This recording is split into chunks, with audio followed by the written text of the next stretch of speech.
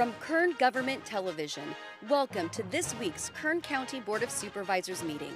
Originating from the Kern County Administrative Center, located at 1115 Truxtun Avenue in Bakersfield, California. Grounded in ideas, energy, and innovation, Kern County's vision is to be a driving force for the world's fifth largest economy, and our mission is to exceed expectations of the communities we serve, changing the way they feel about government, those who manage it, and the services it provides. Today's Board of Supervisors meeting will convene momentarily.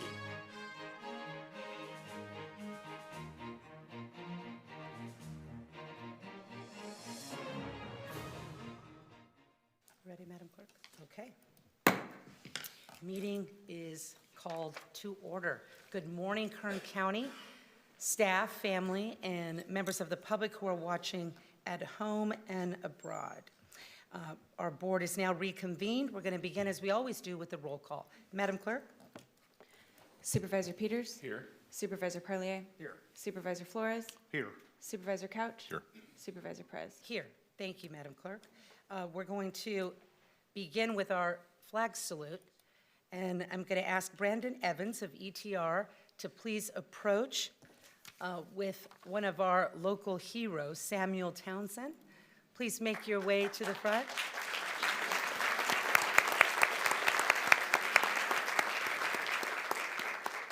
Normally we have Brandon Evans here, Jose Lopez here, but he is out today, so we have the head of our ETR. Thank you so much for accommodating us this morning. And Mr. Townsend, I have some good things to share about you. Thank you for being here and for leading our flag salute today. At the conclusion of our flag salute, please remain standing for a moment of prayer, silence, or meditation. It's your choice. For more than 3 decades, Samuel Townsend has dedicated his life to serving veterans. Not just through his words, but through a lifetime of action that has changed countless lives. Samuel enlisted in the U.S. Army in 1980. You were a little younger then. Yes. Over 16 years, he earned the rank of Staff Sergeant, serving at duty stations around the world and home, including Georgia, Virginia, Washington, D.C., Germany, Turkey, California, deploying in support of Operation Desert Storm and Operation Bright Star in Egypt. Samuel earned the Army Commendation Medal with 4 oak leaf clusters, the Army Achievement Medal with 4 oak leaf clusters, the Army Good Conduct Medal, the National Defense Service Ribbon, and the Humanitarian Service Medal. Congratulations. After the Army, he joined Employers Training Resource, where he has been instrumental in countless programs, from the drought and flood programs to the homeless veterans reintegration program. That's God's work. Samuel has helped veterans find training opportunities, connect with employers, access the resources they need and deserve and have earned. He has worked side by side with partner agencies and been an active presence in community events supporting veterans. Over his 31 years of continued service to veterans in Kern County, Samuel has earned the respect and admiration of every partner, colleague, and veteran he has helped. Thank you for your service, sir. Thank you. Please stand.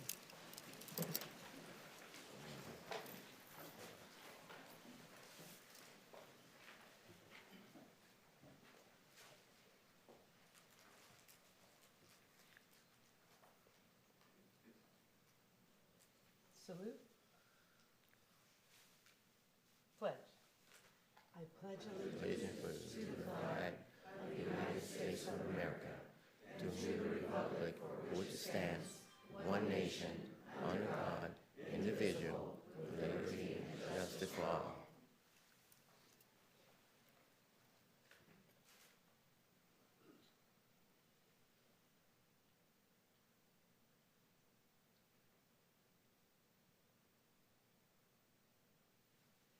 Thank you.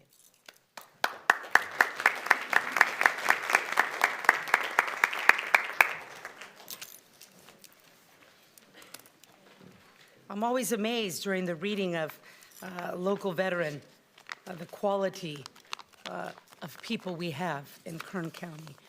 It really is striking. We're going to move on to our consent agenda. Agendas are located. Excuse me.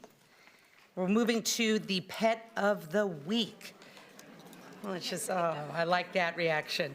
I'm going to ask our director, Nick Cullen, to come out and to grace us. It has been, are we on here? Am I on here? Yeah. Yes? Can you hear me on this? Sure. Are we on? Okay, there we go.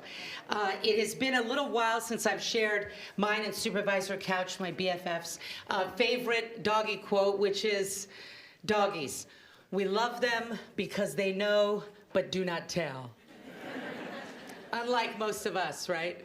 That's why we love them. So, Nick, who do you have with you today?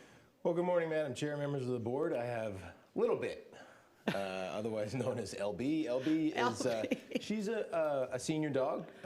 She's about 8 years old. She was surrendered to the shelter by her owner who could no longer provide care. And she's available for adoption right now at the Kern County Animal Shelter. She's a sweet girl. Oh, my goodness. So she's a calm dog. She is. Mature, wise, beyond her years, I'm sure. And what will that cost the new forever home to bring in this loving, non-judgmental, non-talkative member of your family? Little Bit's adoption fee is just $20, and that includes spay and all her vaccines and a license for a year, microchip, everything you need to be responsible. My Comes goodness, with the what a package. deal. What a deal. Thank you. LB, I'm LP. So I want to wish you the best in your forever home, and I'm sure you'll bring lots of love and joy and laughter.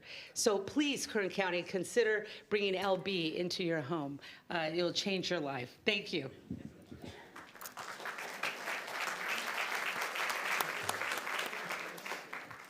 Okay. We're going to move to our consent agenda. Agendas are located in the back of the room for those wishing to follow along.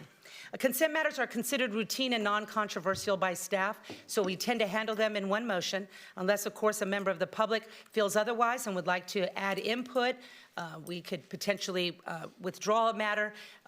These agendas are set a week in advance, so things change, and sometimes matters are pulled from the agenda. As we'll see this morning, item number 7 has been withdrawn, so we will not consider that on the consent agenda, but all the other matters with a capital C, capital A, we will consider with one vote this morning, unless, of course, the owners of this government feel otherwise. So consent matters begin on page 2, and they include... And we're pulling 29, thank you. So 7 and 29, oh, that's right. 29 will be pulled and heard in its regular order. 7 will be withdrawn entirely. So consent matters begin on page 2 and include items 5 and 6, as well as 8, 9, and 10. On page 3, items 13 through 17. On page 4, all items listed, 18 through 24. On page 5, items 25 through 28, and items 31 through 32, as 29 will be heard in its normal order. On page 6, all items listed, 33 through 39. Are there any members of the public who would like to comment, add question, or observation about the consent agenda? Okay, seeing no interest in doing so, I'll return to my colleagues for comment, question, or action. Motion on consent. Thank you, Supervisor Flores. Second. Second, Supervisor Couch. Gentlemen, please cast your votes. The motion is approved. All ayes. Okay, fabulous. We're going to move to the resolutions and proclamations portion of our agenda this morning, and we're going to begin with Supervisor Peters, who will be presenting a resolution honoring Matt Smith of General Services Division upon his retirement with 39 years. 39 years.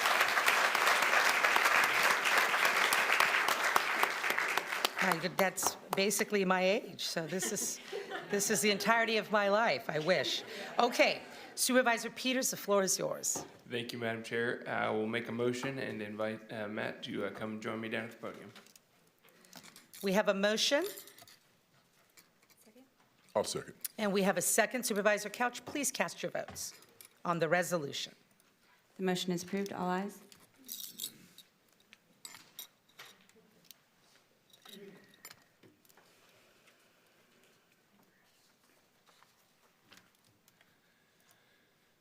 Good morning, Madam Chair, members of the board. I'm honored to get to present this resolution to Matt Smith today for his retirement on 39 years with the County of Kern, which is actually more than my lifetime. So, Oh, my goodness, wow. yeah, that's Thanks, a Peters, appreciate that. What a gentleman. that's a long time to have to put up with it, everybody down here, but he does it every morning with a smile on his face, and Matt is an absolute fixture around the county, and his absence will be missed, but well-deserved. So, Matt, I'm going to read just a little bit about your time with the county. Matt Smith began his career with the Kern County Sheriff's Office in July 1986 as a building services worker stationed at the Kern County Jail. These years taught him the importance of diligence, consistency, and teamwork in maintaining high standards for facility operations. In 1991, Mr. Smith was assigned as the lead building services worker at the newly constructed Kern County Administration Building, joining the project 6 months prior to its completion. This opportunity allowed him to contribute to the preparation and opening of one of the county's key administrative facilities, an experience that remains a proud milestone in his career. In January 2006, Mr. Smith was promoted to Senior Building Services Worker, assuming responsibility for all downtown county buildings as well as facilities located in Fraser Park, Lake Isabella, Ridgecrest, Mojave, Lamont, and Arvin. This role expanded his leadership and strengthened his ability to coordinate large-scale maintenance operations across Kern County.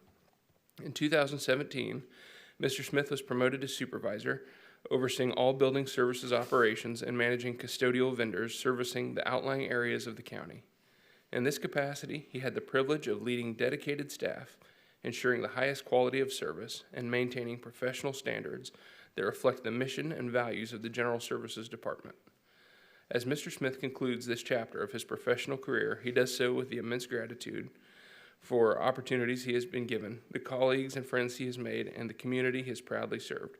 Mr. Smith is deeply proud of the work accomplished together in service to our community, and he is extended best wishes in his future endeavors.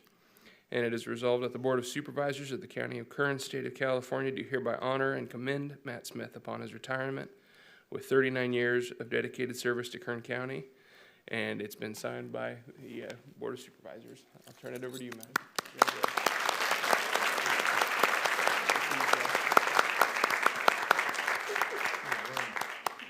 I'm going to step up here for Matt. He was a little shy didn't want to come up here to the mic, but I'm here for you. I'm here for you. So Matt came with his lovely family here, his wife, his mother, his children. Something that wasn't in the resolution, and I was shocked to hear. Matt is from a family of 4 generations of county employees. Matt's grandfather, yes. Matt's grandfather, father himself, his mother, his children are all employees of the County of Kern. And hopefully we'll have some grandchildren along the way too. So I'd love to see that continue. Matt, you have been a true leader. All these blue shirts you see here in the audience, other members that are here from our department are here to support you, and you will be greatly missed. Thank you for all of your years of hard work. Thank you.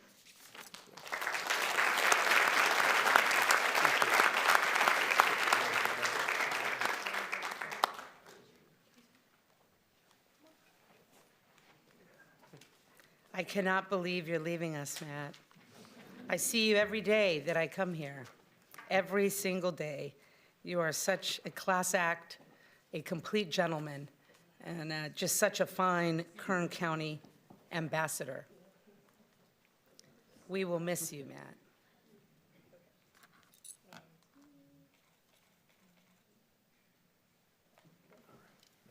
Hey, thanks again, Matt. Appreciate it. Good luck.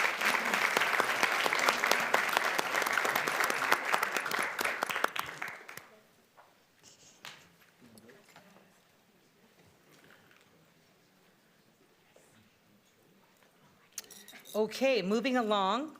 I want to apologize on item number 2 for a misspelling of a name, and I'm going to correct that now for the record.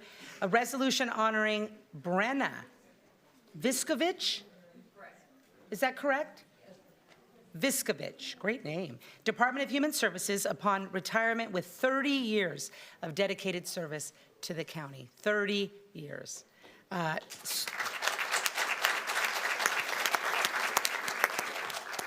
Supervisor Chris Bollier will handle this matter. Supervisor, Motion to approve. we have Second. a motion and a second. Please cast your Brenna, votes. please join me down front, please.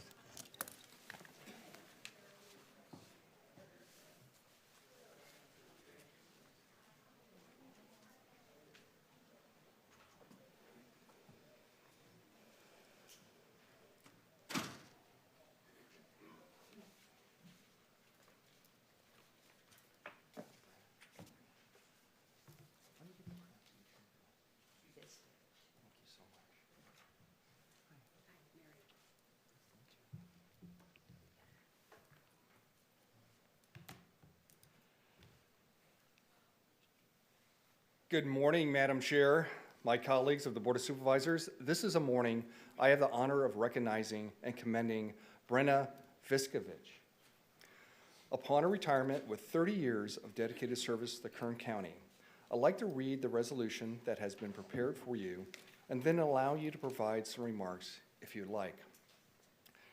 Brenna Viskovich began her career with Kern County as a Clerk 2 with the County Counsel's Office on June 5th, 1995, and Ms. Viskovich was hired as a Clerk 1 with the Kern County Superior Court on February 20th, 1996, and later on July 15th, 1996, joined the Kern County Probation Department as a receptionist, and on March 31st, 1997, Ms. Viskovich was promoted to Employment Counselor 1 with the Department of Human Services and quickly advanced to Employment Counselor 2 on March 28, 1998.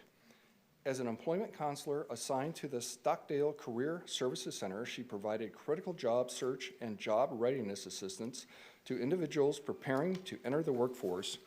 And on August 7th, 2000, Ms. Viskovich was promoted to supervising employment counselor in the Employment Services Division and later reclassified to Social Services Supervisor 1. In this role, she oversaw the CalWorks Welfare to Work program, supervising social services workers to assist parents receiving CalWorks cash aid in preparing for employment and working toward long-term self-sufficiency. And Ms. Viskovich developed extensive expertise in the CalWorks Welfare to Work program, providing supervision to program staff across Bakersfield, Lamont, Mojave, Lake Isabella offices. She honorably served as a Social Services Supervisor 1 for more than 24 years, a role she held with distinction until her retirement, and her program expertise, leadership, mentoring cultivated a highly skilled and dedicated team committed to excellence in serving welfare to work parents. Ms. Viskovich was a steadfast advocate for her staff, consistently valuing her feedback and incorporating it into strengthen the welfare to work program's service delivery model. And over the course of her career, Ms. Viskovich played a pivotal role in developing and implementing procedures that streamlined and improved the CalWorks Welfare to Work program. She also served as a Department of Human Services liaison with the Kern Economic Development Corporation. And throughout her tenure, Ms. Viskovich's peers and coworkers acknowledged her for her expertise, patience, flexibility, and understanding. Her dedication to the Department of Human Services, her steadfast commitment to serving Kern County's children and families have earned her the highest respect and admiration of her peers and colleagues. The Department of Human Services wishes Ms. Viskovich the very best in all of her future endeavors. Now, therefore, it is resolved that the Board of Supervisors of the County of Kern, State of California, does hereby honor and commend Brenna Viskovich upon her retirement with 30 years of dedicated service to Kern County.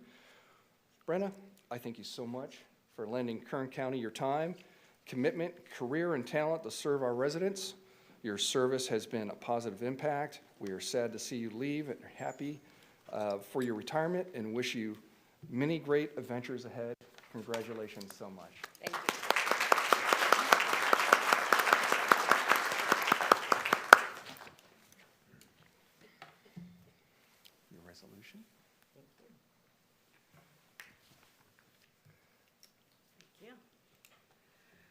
Good morning, Madam Chair, members of the board. My name is Miriam Ariola. I am an Assistant Director over Employment and Financial Services at Department of Human Services.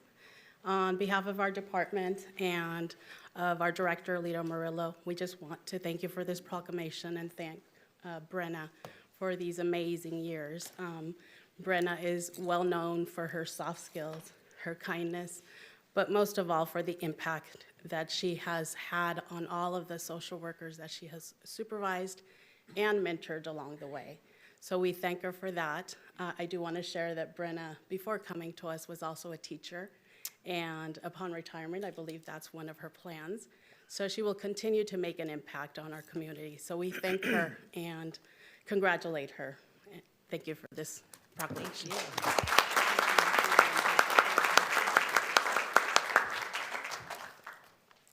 I'd like to thank the county for 30 years of employment. I have been able to serve in different departments in different county locations. I have been influenced by exceptional leaders and worked with outstanding and professional peers. As a supervisor, I have had the opportunity to sit on hiring panels. We have recruited amazing talent, and I have encouraged and mentored those assigned to my units. Some have found their niche and become proficient, excelling in their positions. Others have promoted to leadership positions. I am proud to witness the advancement and accomplishments of my unit workers. The Department of Human Services values education, training, collaboration, and lifelong learning. It has been a good fit for me, and I am most grateful. Thank you for all your contributions.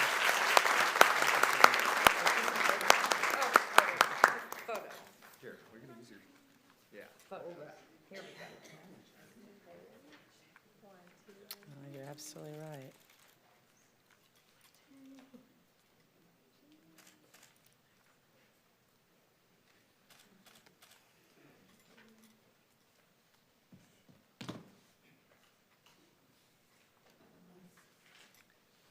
Thank you, Brenna, for all the love and TLC to Kern County families. Thank you.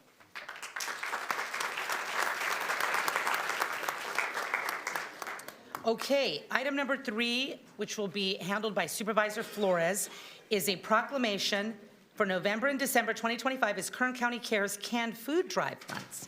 Supervisor Flores. Thank you. I'd like to make a motion on proclamation.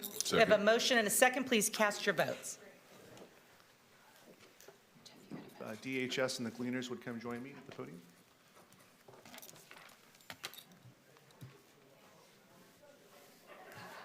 The motion is approved. All ayes. Thank you.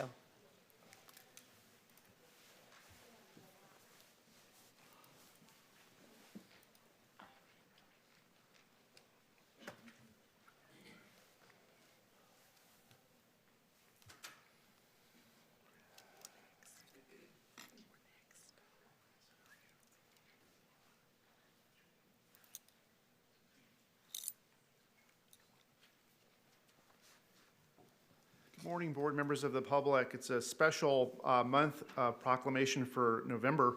It's kind of ironic also because we're here in one of the most bountiful counties in the nation in terms of food production and agriculture, yet we also have some of the highest statistics with food insecurity. So it's kind of a conundrum. This proclamation is a critical effort as Kern County ranks among the highest in the nation for food insecurity. 26% of children in Kern County live below the poverty line compared to the California state average. The Golden Empire Gleaners has been serving our community for more than 40 years, providing food to over 12,000 people each month. In 2024, 27 county departments had a Scramble for Food golf tournament and joined together, raised $32,462 and collected 211,000 pounds of food donations for a combined total of 276,000 pounds. And so we're going to kick off this month's food drive from Monday, November 3rd through Friday, December 26th. And on behalf of our Board of Supervisors, I'd like to proclaim our board proclamation for November and December 2025 as Kern County Cares Can Food Drive, dated this date and signed by our Honorable Chairman, Supervisor Leticia Perez.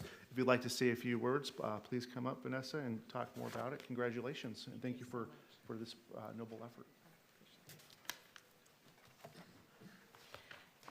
Thank you, Supervisor Flores, Madam Chair, members of the board, good morning.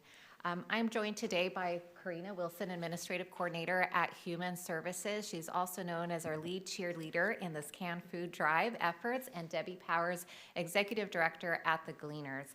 This proclamation is a call to our county departments to join us for friendly competition to see who will get the bragging rights for the year by collecting the most amount of money or canned goods per employee.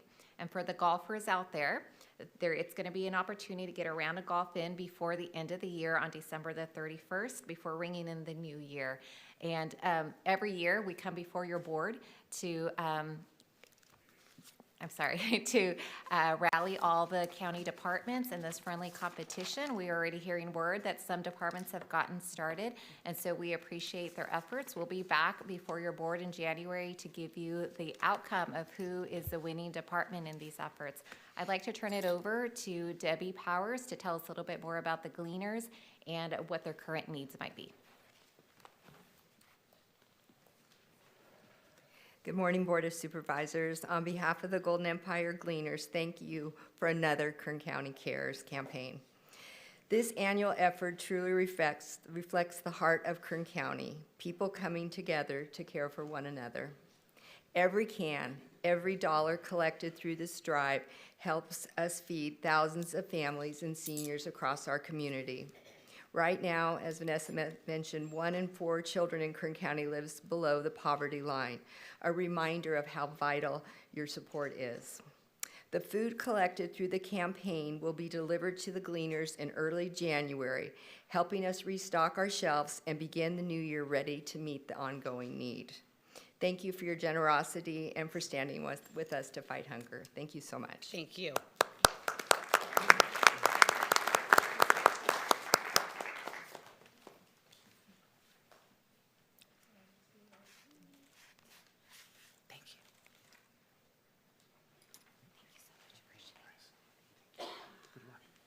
Last year, I think the 5th floor one, so we got to come in. Yeah, you're right. Come in strong.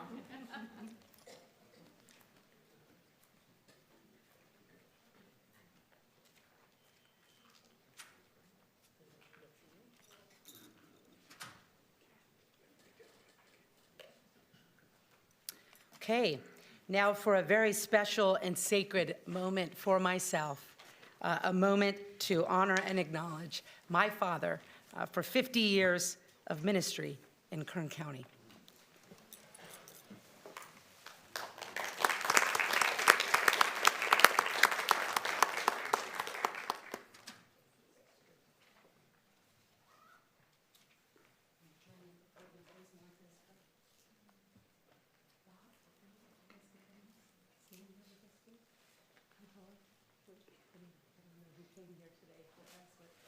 Come and stand here, I'd appreciate it. Come on forward, please. Come and stand here, please. Thank you so much for being here. Thank you. Thank you, God bless you. So good to see you, so good to see you. Henry, get over here. Come stand here, please.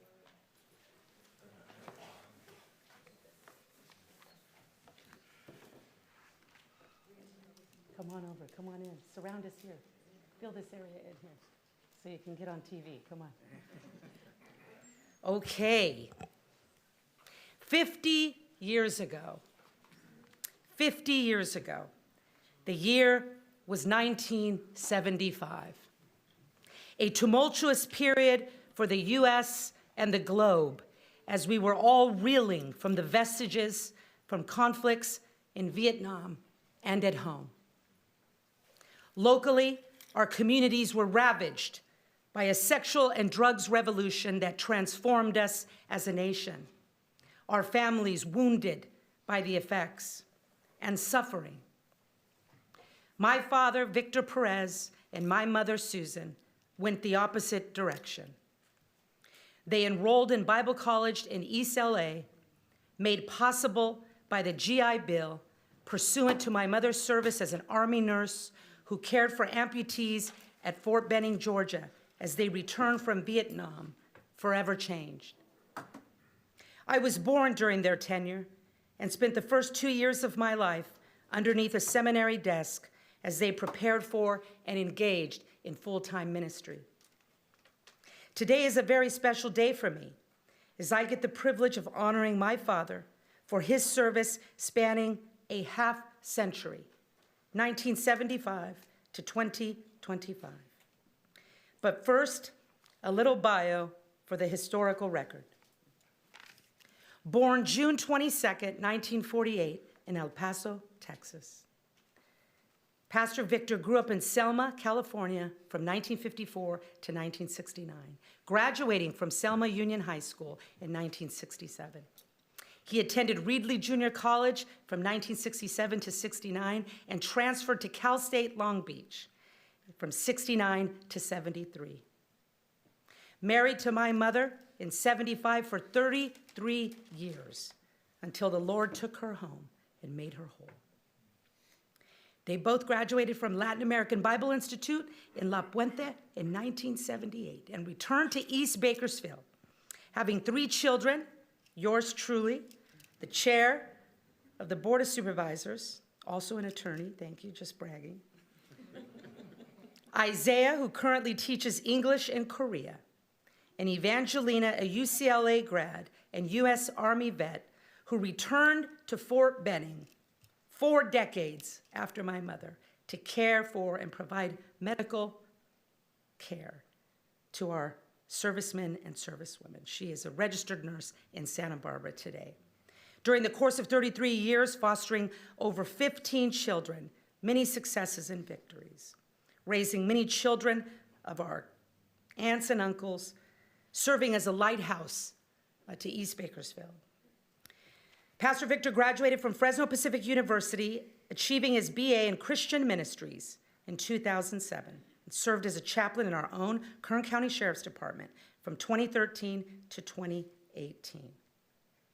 He is currently married to the lovely, incredibly talented, generous, and remarkable Martha Islas Perez, where they pastored together as licensed ordained ministers since December 26 of 2010 at the Foursquare Church. They have extended their outreach to the community continually, decade after decade. And under Martha's vision and devotion to the least of these, the little least of these, they have adopted Leo Poly Elementary, providing backpacks, clothing, jackets, and at Christmas, for Christmas and beyond. They host an annual car show with the proceeds going towards toys for those children. They partner with City Serving, Cap K, providing boxes of food along with household items to the community twice a month and also at community events all throughout Kern County. Every Wednesday night, they are open to the public at 7, where you can receive a delicious hot meal along with Bible study. I remember returning to Bakersfield after college and law school and applying to the public defender's office for my first real job. My colleagues know Mark Arnold, who was public defender at that time, who interviewed me, and I can say there was not a lot for him to be impressed with at that stage of my life. I had virtually no work record and been gone from Bakersfield for over a decade. But there was something Mark knew about me which floored me. He said to me, "You're Victor Perez's daughter, aren't you?" And I was shocked. He said, "Your father is a saint. And I've watched him for years come and stand with our clients when all others have abandoned them, even their own families." He said, "Pastor Victor never gives up. I hope you have his heart, and I want you to bring that spirit to service here. And if you can do that, you're hired." So I have to add to a half-century of compassionate, loving service, guided by the fruits of the Spirit, mercy, grace, and love. You also got me my first job. Victor Perez is a man of unmatched personal integrity and morality, as evidenced and witnessed by those who are here today. He is my father, my pastor, the loving, generous grandfather to Noah and Jude, my family counselor, and my friend. And he is the best man I have ever known.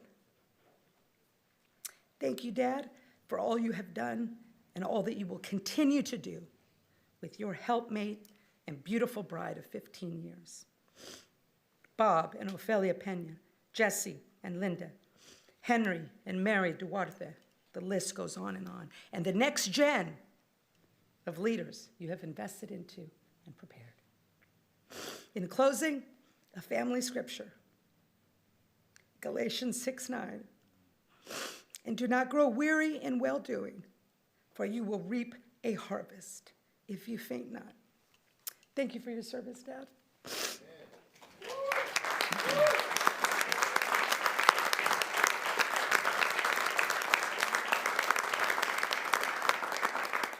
So a small and humble certificate to a great humble man. Pastor Victor Perez, in recognition for your outstanding 50 years of ministry and for exemplary public service and civic contributions to the community and Kern County, presented to you and Martha Perez on this day, acknowledging 50 years of selfless, loving service to the least of these of my district and beyond. God bless you, Victor.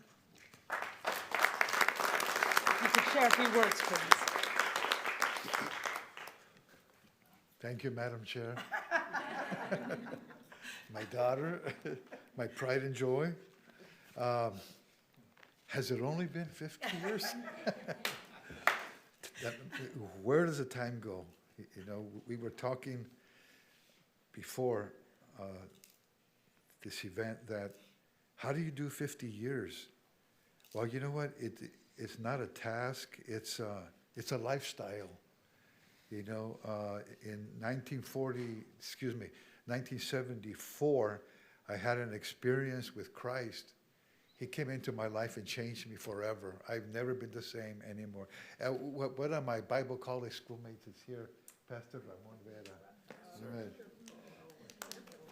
We were known, he, myself, and a couple other students, we were known as the evangelistic team. But I want to thank you all. It has been 50 years. God is so fast, but life goes fast when you're having fun. You know, I'm not doing something that I have to do. I'm doing what I want to do. Amen. And it has been a blessing. And I want to thank all the people who have been with me, around me, because it's these people that have made my job easy.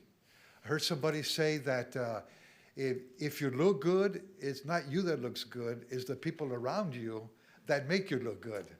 So these people have been amazing. And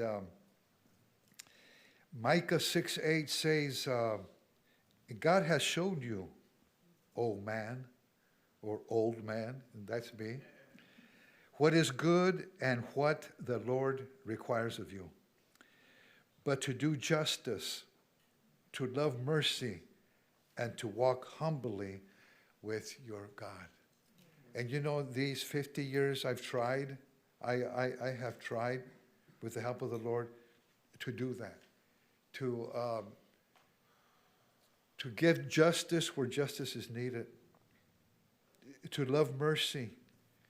People these days need justice, they need mercy, and then he says, and to walk humbly with your God. If I have accomplished anything, it has only been because, as I said, the people around me and because of Jesus Christ who came into my life.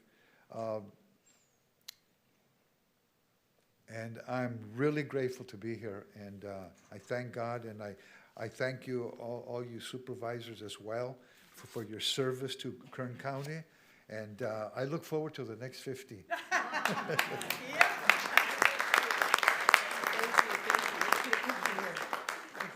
Thank you. Let's look this way. Dad and Martha, if you guys can come in. Thank you all so much. Because he's taller. Dad, if you come here in a sec, I could see see that certificate I sent you? Well said.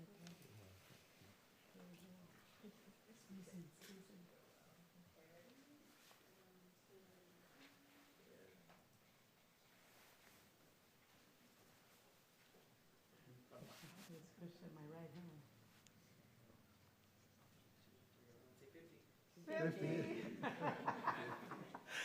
It's beautiful. Love you, Dad. Love you. God, I made it. I made it without being a complete disaster. Thank you. Love you guys. I'll get that line for you, okay? Okay.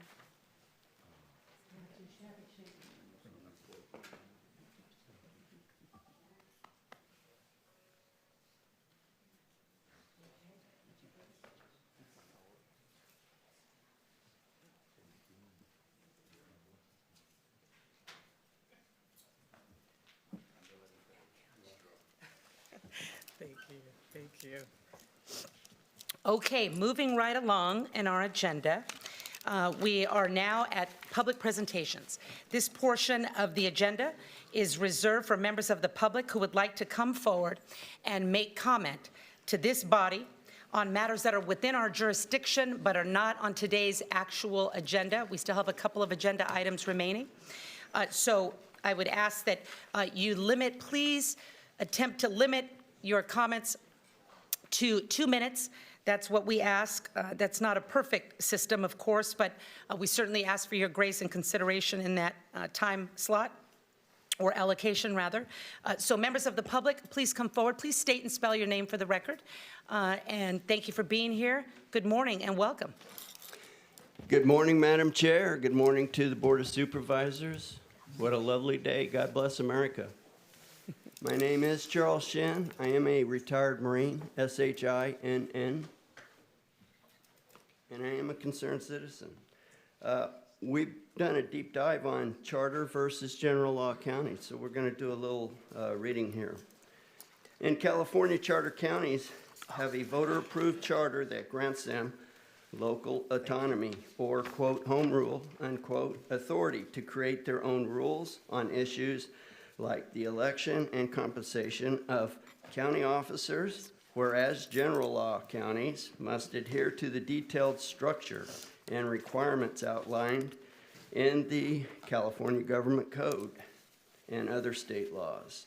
There are 13 charter counties, 45 general law counties, which Kern is one, with charter counties able to make decisions regarding local affairs that do not conflict with state law.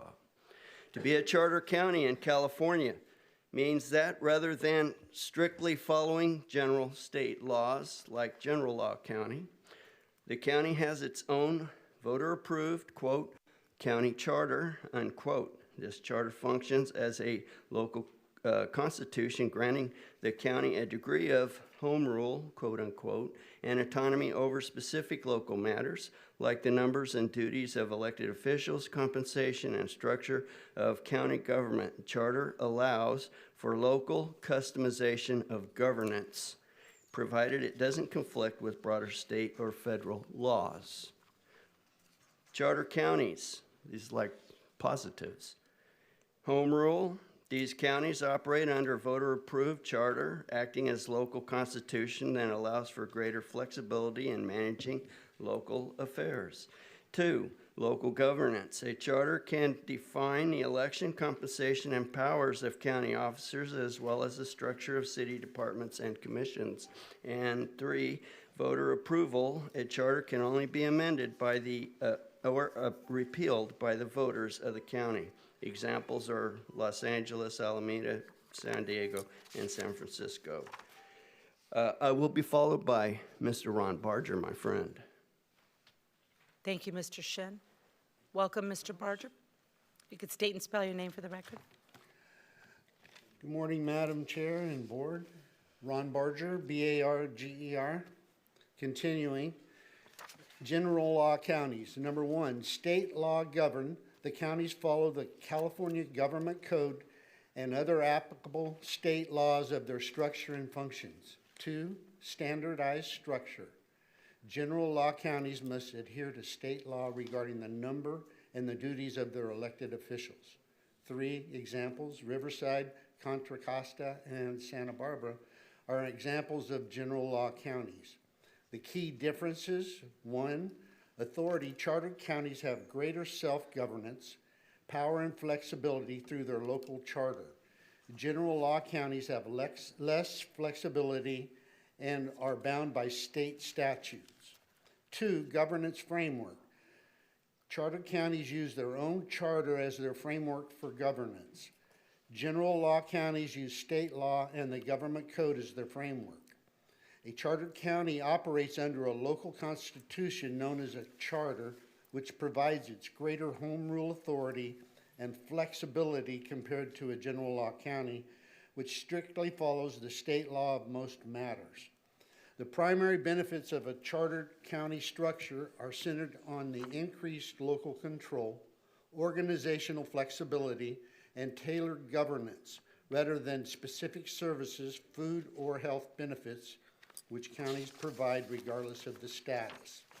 Current key benefits of a chartered county: 1, increased local autonomy, home rule authority. Charter counties have supreme authority over municipal affairs or their local equivalents,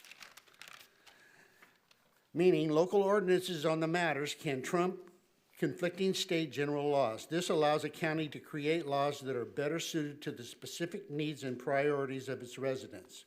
2, customized governance. A charter allows a county to design a form of government that the community desires, rather than being restricted to a state-mandated structure. This can include defining the powers of local officials and establishing specific departments and commissions. Turn this over to Mercy Pena. Thank you, Ron. Good morning, Mercy. Welcome. Good morning, Please Board. state and spell your name for the My record. name is Mercy Pena, MERCY-PENA. I'm just going to continue with what Ron was saying. Number 2, the second key is structural and administrative flexibility. Number 1, organizational structure. Charter counties can provide for the election and appointment, compensation, terms, and removal of most county offices, with exceptions often including the sheriffs, district attorneys, and assessors, allowing them to tailor their organizational chart for local accountability and efficiency. 2, consolidation of the offices. A charter can permit the consolidation of segregation of county offices, potentially streamlining operations and reducing duplication of services. 3rd, filling vacancies. While general law counties often have supervisory vacancies filled by the governor, charter counties can establish a local method for filling such interim vacancies. The 3rd key point is financial management advantages. Number 1, fiscal autonomy. A county charter can provide more autonomy and greater control over county finances. 2, local taxing authority. In some jurisdictions, charter status may grant the authority to establish specific local taxes that do not conflict with the state constitution, that general law counties cannot. 3rd, alternative bidding processes. Charter counties may have the ability to establish alternative bidding processes for public contracts, which can differ from the state general laws, potentially allowing the local preferences policies. The 4th key is increased stability and accountability. The first, a codified structure. The structure and missions of the charter county are codified in a voter-approved document, making them harder for future officials to change on a whim amendments requiring voter approval. 2nd, direct accountability. By defining the roles and responsibilities of local officials in the charter, the government can be more directly accountable to the local electorate. Thank you for your time.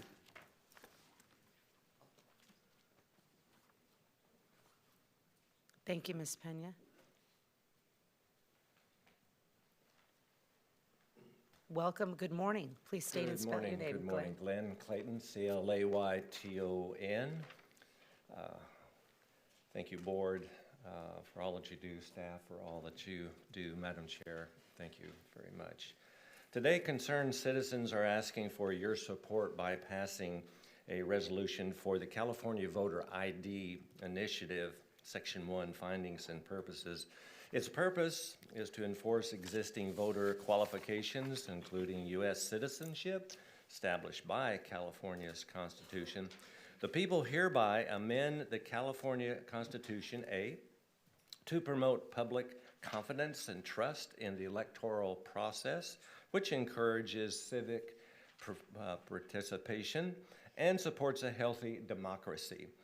To deter and to detect voter fraud by maintaining accurate voter registration records and confirming eligibility to vote. And C, to minimize the risk of voter impersonation by requiring proof of identity to vote. Section 2, California Voter Identification Reforms. Article 2 of the California Constitution is amended and adds Section 3.1 to read as follows. A, the Secretary of State and county elections officials shall each have the duty to maintain accurate voter registration list, shall use the best efforts to verify citizenship attestations using government data, and shall annually report what percentage of each county's voters' rolls have been citizenship verified. At this point, I'd like to transition to my colleague, Dennis McLean. Thank you. Thank you. Dennis McLean, MC, capital L-E-A-N. Good morning, Madam Chair and Supervisors. Thank you for your father and his dedication for what he does. Thank you. I'm a believer. Thank you. Thank you.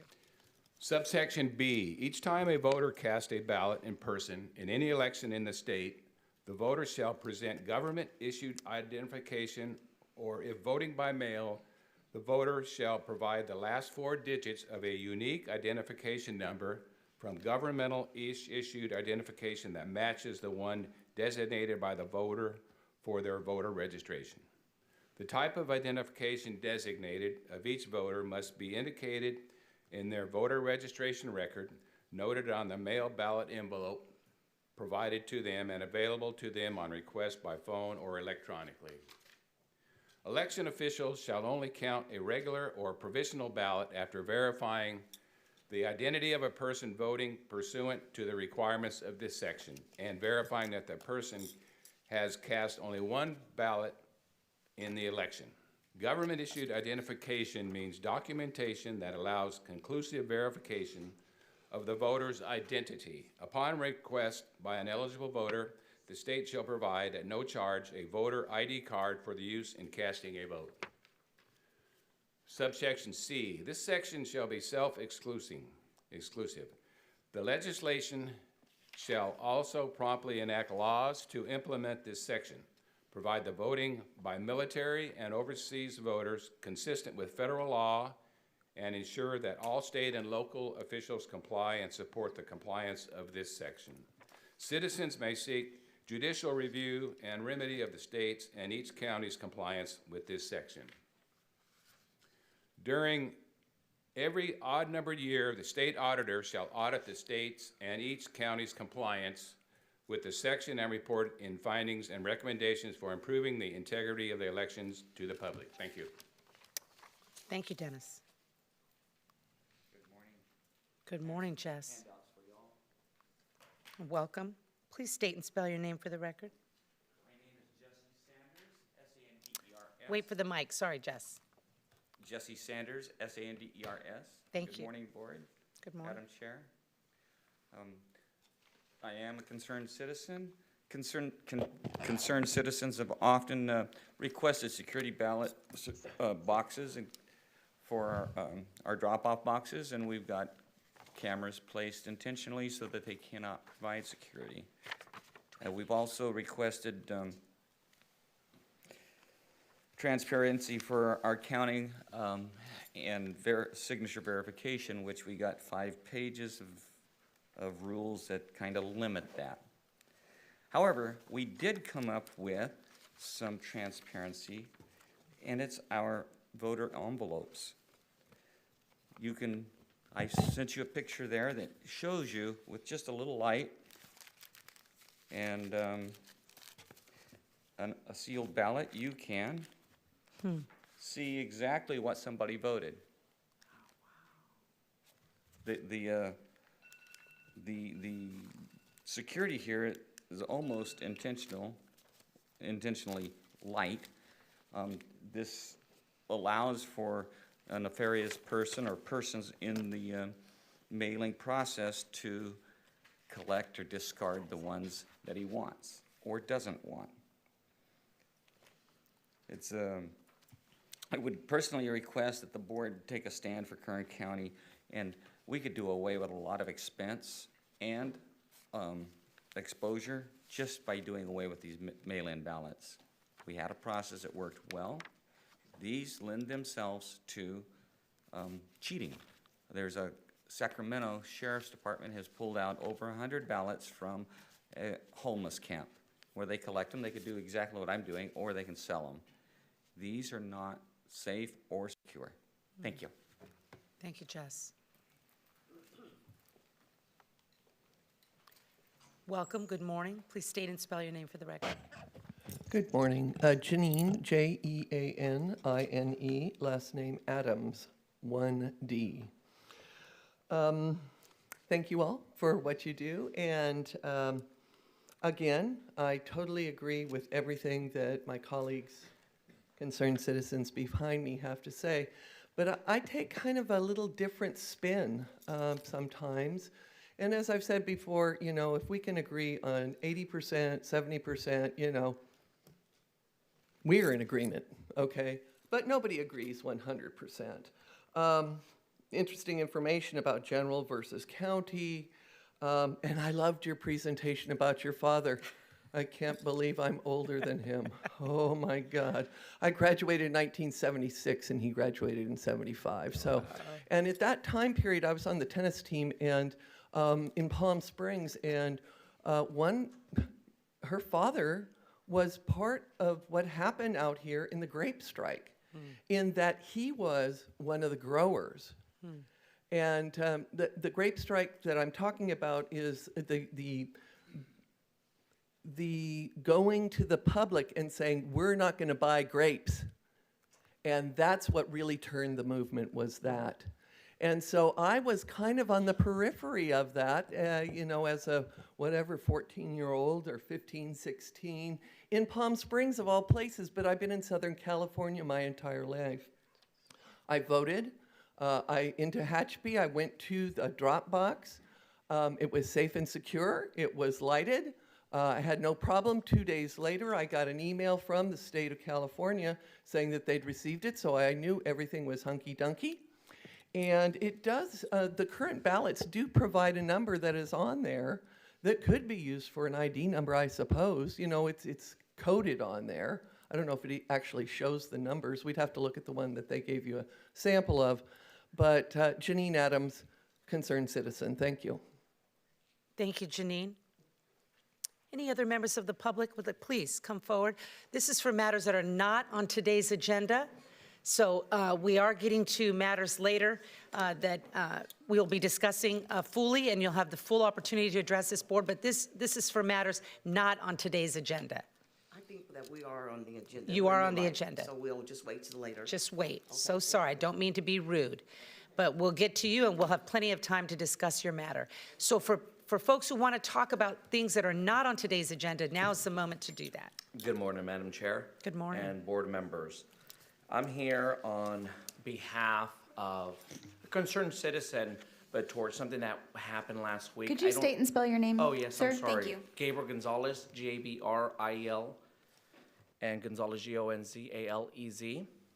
Thank you. And I am here as a concerned citizen. Something happened last week with environmental health and the Kern High School District that is going to potentially affect everyone from Cal State to elementary, middle school, and high school. There was an agreement years ago about food sales on campus, and it was for fundraising for the students. That agreement was years ago. Some clubs and sports, this is all the fundraising that they do, and some of them, this is all the funding that they get for the year. That is no longer allowed because now the schools have to get a community permit. So it kind of defeats the purpose of fundraising, and that permit is like $1,100. So the fundraising that we do as vendors, we have to give back a minimum of 20% to be on campus. For myself, I do anywhere from 75 to 100%. Last 2 weeks ago, I donated $1,500 to the club, and it goes towards their jerseys, field trips, travels, equipment, you name it. I can't stress this enough. It's not about us as business owners that are going to be affected. It's the kids that are the ones that are going to hurt from the contribution of these events. Environmental Health made a decision without consulting the school board, you guys as board members as well, without consulting anyone, and they kind of just went off of someone just because of one person that complained. And I think it's unfair because that particular individual that did complain, he doesn't have to pay for his permits, and he doesn't also have to pay for his commissary, which I think it's unfair. Now I'm going to pass it on to my colleague, Anna, and she'll be expressing more about it. Thank you, guys. Thank you. I'm going to ask council if how do we properly direct these speakers, because I'm not actually sure. So thank you.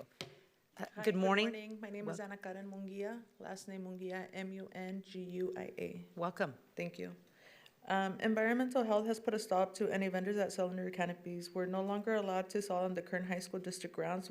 Although we are fully permitted through the health department, and we are approved vendors through the Kern High School District, meaning that we have to have the proper permits, and then we have to have insurance as well.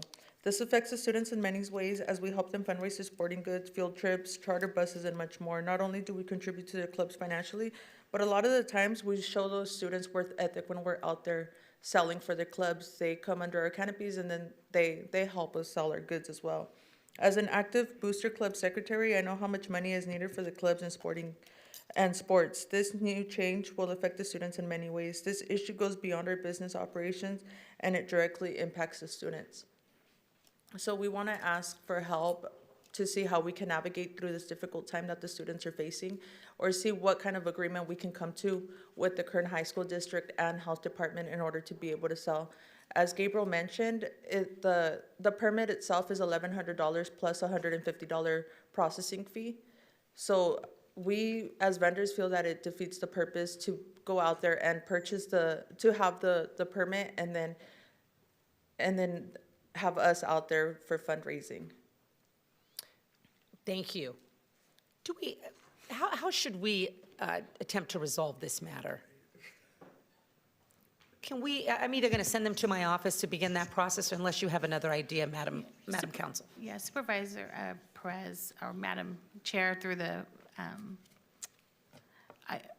I think at this point, I have Katie Rivera in the audience. If they want to go meet with her, she can get some information, and we can get one of our councils who represents environmental health on this, if that works for you, or if you would like to send them to your office, that works as well. This sounds like it makes much more sense. Thank you. Ms. Rivera, can you identify yourself? There you are. She's going to help guide you for the next steps, okay? Thank you. Thank you for being here, and we hope that we can resolve this in a timely fashion. Thank you so much. Any other members of the public on matters not on today's agenda? Now would be the time to come forward and state your name and your issue, your concern. Good morning, sir. Good morning. Thanks for your patience. My name is Theodore Harris. Hi, Theodore. Theodore Harris. And I'm prepared to, I've come all the way up from one of your favorite cities, Los Angeles. Those are fighting words. And my subject is about the excess proceeds from sale of tax defaulted property. And what I'm going to do, if it's all right with you, to save time, I'm going to read a real quick letter that I wrote to the Kern County District Attorney way back in 2023. My name is Theodore Harris. I'm sorry, I should have recognized the chairperson. It's okay. And the Just get going. fellows who are the superb supervisors of Kern County. And I didn't intend to make the supervisor cry when I came up here, but I was so moved by that part of the program. My name is Theodore Harris. I am an active 94-year-old veteran, having spent my first 20 years in Texas and the last 74 years in Los Angeles, California. I believe my individual rights are being squeezed by a governmental body, the County of Kern, and a quasi-governmental body, Rosemont Community Service District. My wife and I purchased a 5-acre parcel of vacant land in Rosemont this will start you a little, 1965. That, of course, was 60 years ago. The land was just bare land, no utilities of any kind. To my knowledge, the land is the same today. We paid the county taxes on the land for many years. I would estimate we paid the taxes for 25 or 30 years before I suffered some business setbacks and we decided to stop paying the taxes. Kern County was slow to foreclose, but eventually it did. I had learned about the excess profit procedure on tax defaulted property, and I made my claim to the county. I supplied the county with a few items in order to qualify. My wife died in 1998, and they needed a copy of her death certificate, for example. Kern County eventually sold the property in April 2021 for $6,800. A county representative told me that it appeared that my part of it would be $2,495. She also told me that I'd have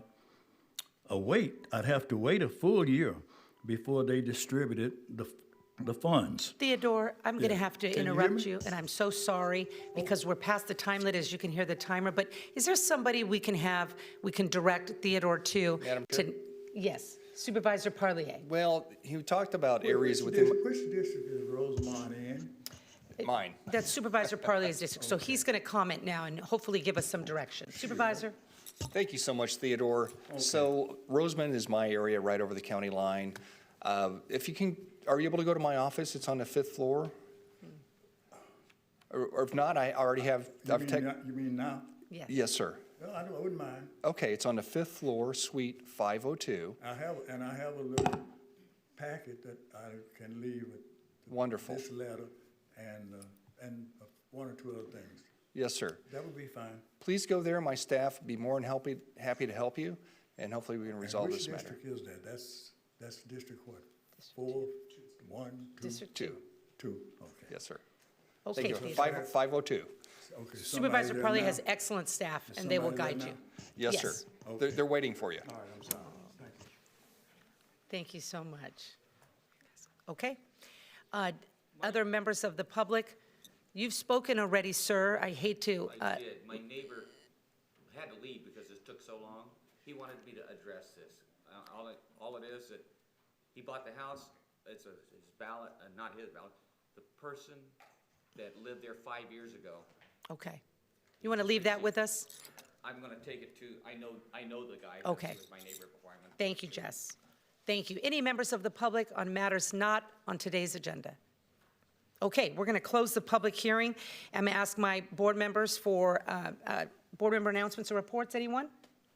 Congratulations on your father's. Thank you. Thank you very much. Thank you. Thank you, gentlemen. Appreciate you so much. Okay, we're going to move now to the regular agenda items. Thank you for your patience, members of the public. I asked my colleagues to pull item number 29, which involves our Community Corrections Partnership Award. This is a rather lengthy issue. I want to make a suggestion, and if that is not amenable to staff, that's okay. We can resolve it here. But I was hoping for a continuance of this matter so that we could readdress some concerns that I have pursuant to a conversation I had last week with applicants that I have known and worked with in the community for a decade and a half. And I was wondering if there was an opportunity to address this matter at the December CCP meeting, and if we could have a conversation about this issue then. If so, we do not need a full presentation today. But if that is not, if you are not amenable to that, we will proceed with the full presentation today. But I would appreciate a lengthy and detailed discussion on the matter, which, you know, of course, is going to take some time of us sitting down and talking through, which can occur today or at a later time. So I hope that's not confusing. Chief Dickinson, welcome. And if you could give me your thoughts on what I just proposed. Madam Chair, members of the board, Bill Dickinson, Chief Probation Officer. I can't hear you, Chief.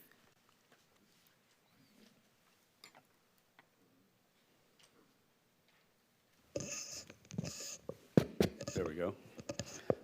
Good morning, Madam Chair, members of the board, Bill Dickinson, Chief Probation Officer and Chairperson of the Community Corrections Partnership. I'd like to introduce sitting next to me our departmental analyst, Lindy May, who served as the coordinator for this RFP process. With regard to your initial question, my response would be I would prefer to give our presentation today and have the board entertain a vote on the matter simply because of process. Okay, And I'll explain that in here. This was a public meeting where comments could be heard on the recommendations made at the CCP. And so to go back to the CCP and have another round of public comments might be, you know, a little out of protocol or appropriateness for all parties involved, potentially. Okay. So Let me state some remarks in before you do that. So the actual process is that the CCP makes a recommendation to this body, and then this body is the decision maker and actually provides the vote on how dollars and monies are allocated. So I appreciate, and I want to proceed exactly as you have said, as you're the expert here. But I want to say that I had the opportunity last week to sit down with individuals in this community of whom I am personally aware of and have worked with over the decade and a half of providing absolutely critical resources to this community, in particular residential housing for members of our community who are on probation, that are on ankle monitor, and provide we're going to hear from them today regarding the resources that they have and are prepared to provide for the community. And I was very concerned, Chief, because of the bed space allocation that they provide and for how little bed space we have in the community. And so my hope, of course, was to have a conversation with you about how the allocation was made in consideration for the just remarkable, unique, and very important bed space that is provided by this community and the long-standing expertise provided for them. So those are my thoughts, Chief, and I'm sure you know where I'm coming from, and I look forward to your presentation, but that is why this matter was pooled. This body, of course, is the ultimate decision maker on those dollars, and I understand your organization and a subset of, or not your organization, rather, a subset of the CCP makes a recommendation to this body, and this body makes the ultimate decision. I am very concerned about removal of 51 beds from the larger apparatus of Kern County's structure in rehabilitation, and I really want to hear your thoughts on that matter. And if you could bring us up to speed. My apologies that we have not met before this, and that I did not learn of these matters before. I sincerely apologize for that. And so the floor is yours, Chief, and I'd like to hear your report.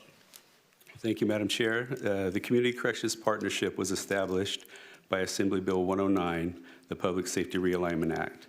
The CCP is comprised of members from the listed participating agencies on this slide. This slide gives background on the establishment of the Community Corrections Partnership, which includes representation from your board. On the CCP's recommendation, your board approved the fiscal year 25-26 annual Public Safety Realignment Plan on June 24th, 2025. That plan included a description of the CBO program component. The CBO program component runs on a 3-year calendar year cycle, allowing time for the annual plan and RFP recommendations to be approved by the CCP and your board so that contracts can be finalized and in place by January 1st. Now to the RFP process. On March 12, 2025, the CCP authorized staff to develop and implement a new community-based organization request for proposal process. On May 21st, 2025, on behalf of the CCP, the Probation Department issued the RFP.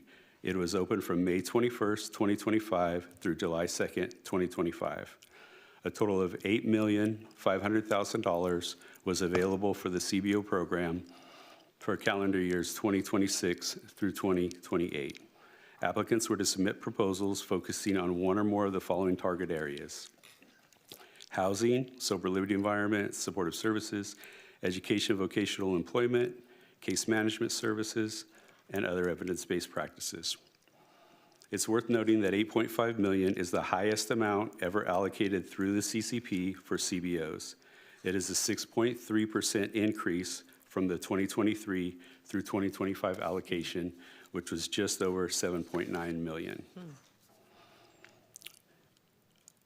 An RFP evaluation committee was appointed prior to the issuance of the RFP, comprised of members from 5 different partner agencies. Agencies represented on the evaluation committee are Probation, the Sheriff's Office, Behavioral Health and Recovery Services, the Superior Court, and the Public Defender's Office. The county received 13 responses to the RFP, totaling $21,956,932 in funding requests. To fund the full amounts of all the requests would require a 158% increase in allocated funds. Thus, critical thinking was required and difficult decisions needed to be made. The evaluation committee members invested a combined 200+ individual hours conducting and reviewing and scoring the proposals, and 7 hours in group discussions over the course of 5 meetings. All proposals were reviewed in great detail, including cost analysis, transition plan, experience, work approach, and more. After scores were calculated, 11 out of the 13 proposals received had a weighted score above the county's minimum requirement of 70%. In fact, of the 11 who qualified, all scored above 85% overall, which was well above the 70% minimum. Committee members discussed the county's needs as outlined in the RFP, weighing the needs against proposals received and available funding allocations, with the time spent doing so previously noted. During the evaluation process, the evaluation committee requested best and final offers from each vendor that submitted a proposal for housing services. The request was for additional female beds and reduction in bed day rate. Of the 7 proposers that applied for housing services, 4 proposers responded to this request. Of those 4, each added bed space for women and/or reduced bed day rates. The evaluation committee members ultimately based decisions on scoring rank, needs of the county, available funding, transition plan. The evaluation committee members determined the greatest need to be housing target area and adjusted the funding allocations accordingly from the other target areas. Adjustments increased housing 9%, allocations 9%, decreased education, vocation, and employment 6%, decreased case management 3.4%, and increased other evidence-based programs 0.4%. The reason being is that many of our SLEs offer some level of case management and/or education, vocation, employment supports as part of their bed day rate. Providing people needing treatment and other services a place to live in a supportive environment within the bounds of the resources available was paramount for the committee. Past procedure indicated that award and non-award letters not be sent to vendors until the CCP approved the evaluation committee recommendations. This is done in the event the CCP does not accept the recommendations and requests further review of the proposals. The CCP held a special meeting on October 1st, 2025, to approve the recommendations for awards from the evaluation committee. At that meeting, there was no public comment in opposition of the award recommendations or protests presented during the October 1st, 2025 special CCP meeting. In advance of the October 1st meeting on Friday, September 26th, all meeting documents were publicly posted and distributed via email to a broad general list of CBOs. Meeting documents included the Evaluation Committee's award recommendations with recommended award recipients listed by category. The full CCP and executive CCP approved the proposal unanimously with the exception of one abstention from the court's representative. After CCP approved the recommendations, probation staff proceeded to send the award and non-award letters to the vendors. Following the distribution of the award and non-award letters, probation staff proceeded with submitting the CCP's approved recommendations for award to your board. This is the recommendation that is before you today. The awarded vendors, did we skip one? There we go, 11. There we go, perfect. The awarded vendors are listed on this slide by category. And they are also listed in the board letter submitted by my department on behalf of the CCP, which is part of today's agenda. On behalf of the Community Corrections Partnership, we thank each vendor that took the time to craft and submit a proposal to provide services to AB 109 individuals in Kern County. The Evaluation Committee took great care in recommending awards to the selected vendors and did not come to their decisions lightly. Though the Evaluation Committee members wished each eligible vendor could receive an award, ultimately there was not enough funding available to award each vendor. We encourage all proposers to remain aware of future RFPs or other opportunities to provide services on behalf of the CCP. I would like to reiterate that there were $21.9 million in requests versus $8.5 million available for funding this CBO program. The RFP Evaluation Committee was diligent in ensuring the most resources will be provided as efficiently as possible to as many people as possible. For example, in housing, the calendar year 2026 through 2028 cycle will see a 3.5% increase in awarded bed days when compared to the previous cycle. The 157,533 bed days will serve approximately 1,050 people for 150 days each. And this concludes my presentation, and I'll be open for comments. Thank you, Chief. I appreciate your presentation. Do we have any questions from the board at this time before we go to the public? Not yet? Okay, very good. Thank you, Supervisor Flores. Okay, can I ask members of the public to come forward if you have contributions you want to add to this conversation and help in the discussion? You do not have the 2-minute time limit here because this is not public presentations, but it's an actual agendized matter on the actual agenda today. So I'd ask for you to come forward, please, state your name and for the record, and please give us your insight and your thoughts on this matter. You've heard, of course, from our probation chief and his methodology as to how awards are considered, and then, of course, how that's noticed to the public, and, of course, the process that he intends to follow and has followed. So if you could please give us your input, we'd greatly appreciate it. Welcome, and good morning. Thank you, Madam Board. I want to thank all the boards to give us the opportunity to come forward and state our concerns that we have here in the RFP selection and how the funding was distributed. New Life has been around since 2009. We have had over thousands of residents that come to our facility. We was started out at a 30-bed facility. We was asked to increase our beds at one time. Last year, we were asked to increase our beds. We went from 30 beds to 40 beds. Last year, we went to 54 beds because they needed more beds, and we were able to accommodate them. Our residents are treated fairly.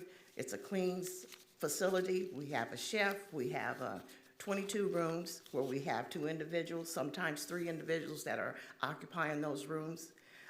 Training is always available. We do a lot of outsourcing with behavioral health. We do a lot of work with the probation department. We make sure that their clients are well taken care of. We try to accommodate all the needs, education, employee training and resource. We do community service with the Brotherhood Committee. We have our monitors and mentors come in, and they are very available to all our residents. I did bring a couple of residents with me that had graduated the program, but New Life is one of the best facilities that we've had. Like we said, we've been working since 2009. I've been employed there as program administrator since 2014, and I think it's one of the best programs. We got walkthroughs, we got visitors that come through, and they all acknowledge that the program is being maintained in a high standard. 54 beds that would not be occupied for the next calendar years of 26, 28 will be a great loss. I hate to see that happen. I think the funding, we're asking just that the funding be reviewed. If our numbers were too high, unfortunately, we didn't have an opportunity to review them again, but if the board would just consider reviewing and looking at our numbers, making sure that they were set in the proper manner, which we thought they were, it would be a loss. New Life is doing a lot of God's work in there and changing people's lives. And I would hate to see that disappear and not have that funding. For that opportunity, I thank you again. I'm going to let you talk to one of our candidates that have graduated and continued on from our program. But we just like the review. Just consider looking over our numbers and looking at the proposal that we submitted July 1st. Again, I would hate to see that facility sit there, and it's going to take a lot of jobs away from some of our candidates that probably will lose a lot of their livelihood, and we would just like to grow. We're a growing facility. We're a positive facility. We do God's work continuously. If you would just consider it again, that if we were short somewhere or we were not in the right category, the reason that we did get the letter is that the funding was a little high. We didn't have an opportunity to consider maybe the numbers could be adjusted. If that's a possibility, I would really like that consideration. Thank you very much. Ma'am, before you leave, could you please state your name and spell it for the record? I'm sorry, Raylene Doherty, Daugherty. Thank you. Thank you so much. I would like to bring one up. Lamar, would you like to come up and speak, please?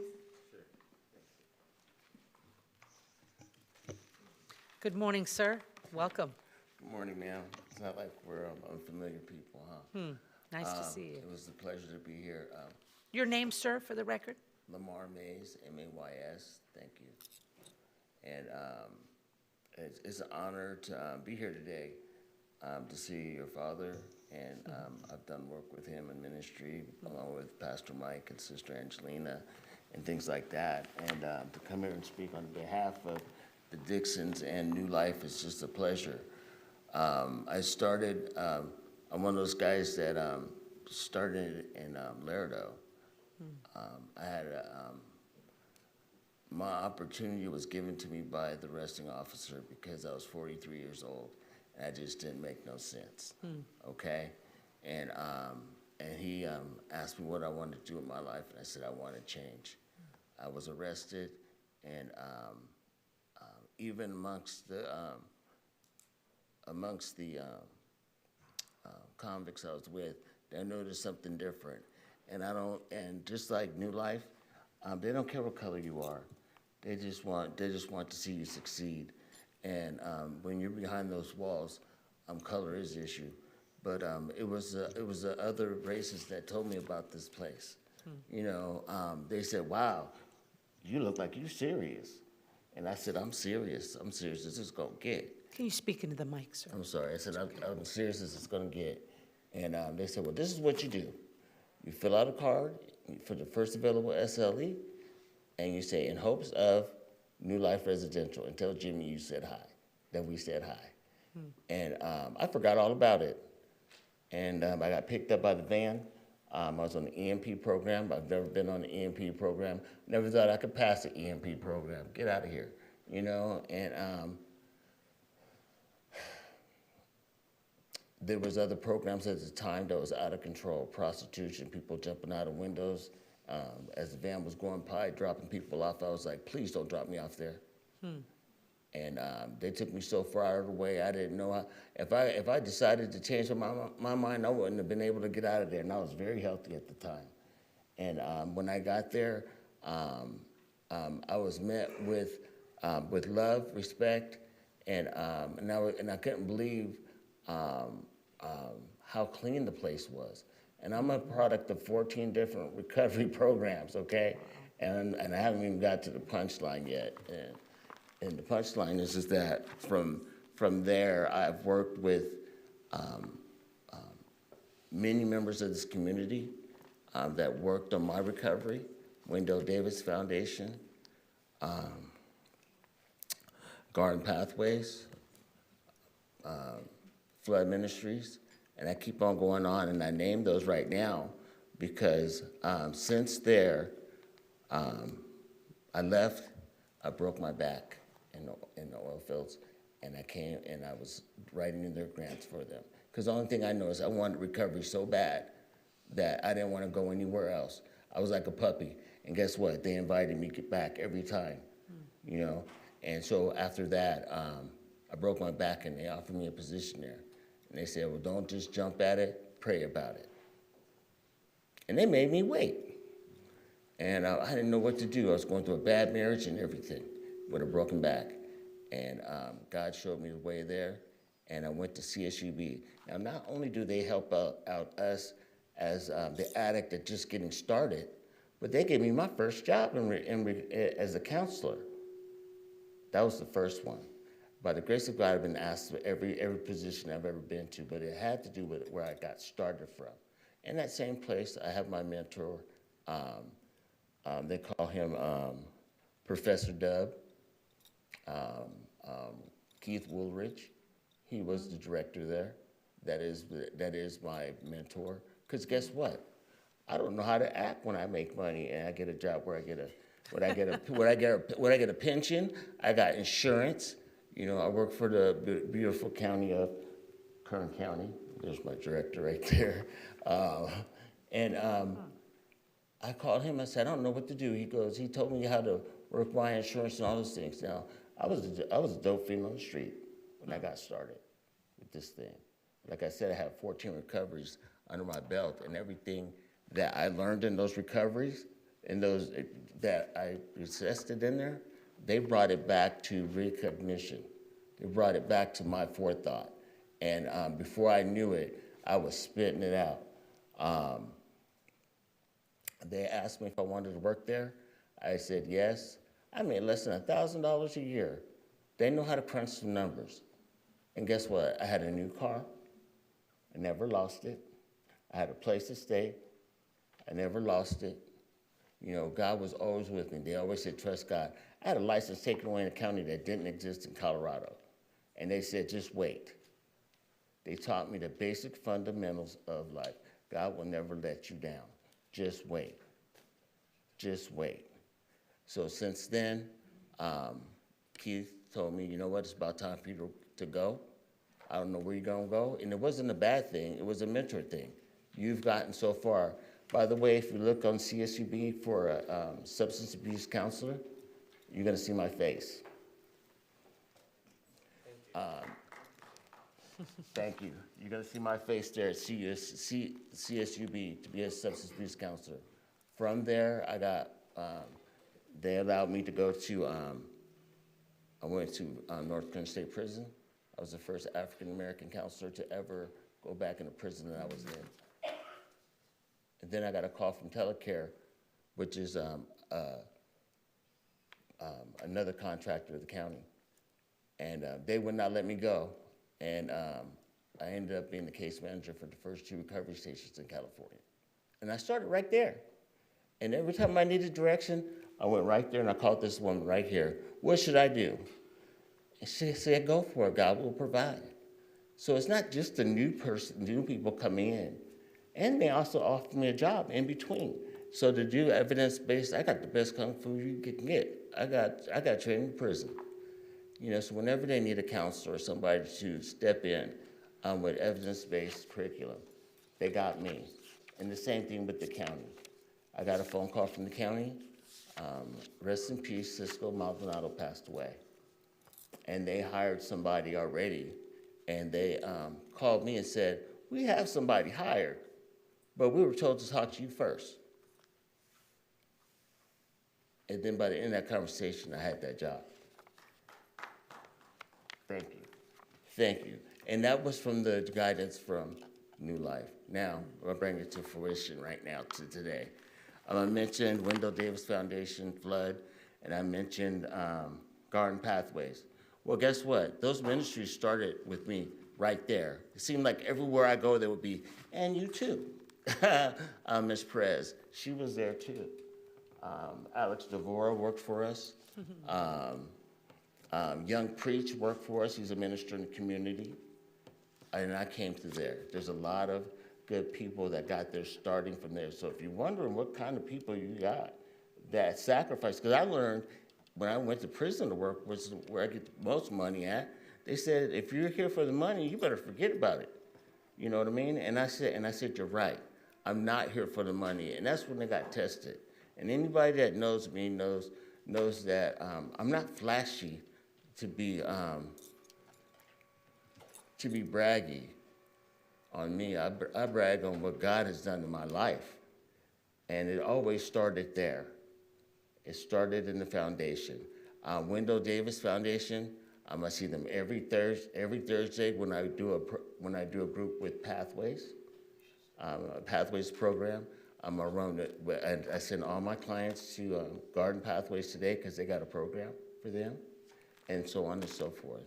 So when they ask me to speak for them, I am glad to. I'm glad to do it. It's amazing that a program such as this is in the state right now. Thank you, Lamont. Thank you. Thank you. Hello, good morning, and welcome. Good morning. My name is Enrique. My last name is Zepeda, Z-E-P-E-D-A. So I'm here because I was a graduate from New Life in 2019.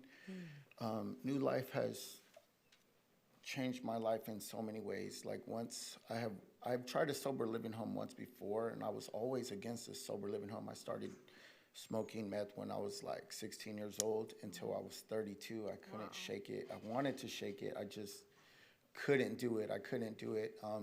I took in 2008, my first prison term because I didn't want to go to Jason's retreat. I was still young, didn't want to change, and then after a while, it's a long testimony, and I know I'm here to try to speak on the behalf of New Life. And so New Life has changed my ways since being there at New Life on August 23rd of 2019. That was the last time I've tested dirty.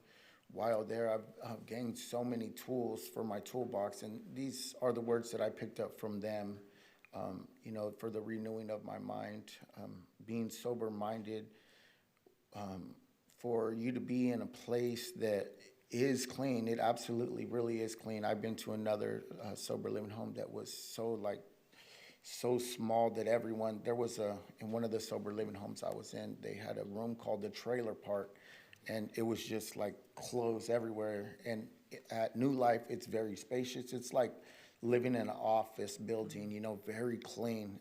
Like she said, two-door room, like so much structure. And every morning they have this, I believe it's a little mantra that every morning that the guys would say that changed my life. Would it be all right if I read it? Yes. So it's a motto. It says, I believe I have a destiny. My past is behind me and my future is before me. I see greatness when others don't. I believe in myself when others won't. Obstacles are my stepping stones. People who doubt me fuel my dreams and empower my vision. Can only hold myself back. I am the only person who can hold myself back as my future unfolds. The best part of my story hasn't been told. I'm more determined than ever. I can't be stopped. I won't be stopped. I am the game changer they didn't expect. As I look in the mirror, I see the best failure, I see the best. Failure is not an option. I have no excuse. I can and I will and I must be successful. And it's because we said this every day, Monday through Sunday, all the way around, that this motto right here has changed my life. I teach this to my kids now. Since leaving, I was there from August 23rd, 2019 to December 23rd. Moved into my own apartment. December 16th, I started working for Flood Ministry, and I started off as a street outreach worker there and moved Been promoted like 3 or 4 times through street outreach, to city code, the rapid response team. They work, man, we work so close with BPD and so many other agencies in the community, to the point where I've been promoted to the assistant program manager over street outreach. You know, I never in my life would have thought anything like that, but New Life is not only a sober living environment, it's a divine intervention for people to be able to sit still and know that there's God. And because there's so much stuff going on in the world, and especially now with fentanyl everywhere. Like when I was out there wasn't, I thank God there was no fentanyl that I was around. So it's men who are sober-minded, who can be somewhere where it's nice and clean and actually have their own space and not just hearing some people's negative vibes, you know, like they have, you know, enough space to be able to gather their own thoughts, their own plan, their own goals. And there's always powerful speakers that come in and speak to the guys that, you know, who want to change. There's so much power in a made-up mind. And once your mind is made up to change, it's incredible, honestly. Like, never knew what I wanted to do or what I wanted to be. And actually, Flood is like the first real job I have ever had. And I'm a little nervous still, try not to be honest. So, Thank you. it would be, it's, in my opinion, it kind of hurts me for it to even be a question whether New Life should be, you know, granted, you know, funding again, because they have so much space and it's so clean. And that's what's necessary for the guys that sometimes who want to get clean and their families are tired of hearing, no, we're tired of you saying you want to change, you want to change, you know, and like they just need that space to show, you know. Sometimes family members are like, I need to see it, see it. And so they need to get away and go and do it and not just try to do it from their mom's house, their ex-girlfriend's house, who's anything like that, who are like expecting them to just get a job immediately. They need some sobriety time to gather their thoughts, and other guys that surround them with the same mentality of everyone wanting to move up and move forward. So, Sir, thank you for your time. Thank And you. congratulations on your successes. I wish you the best. Thank you. Thank you.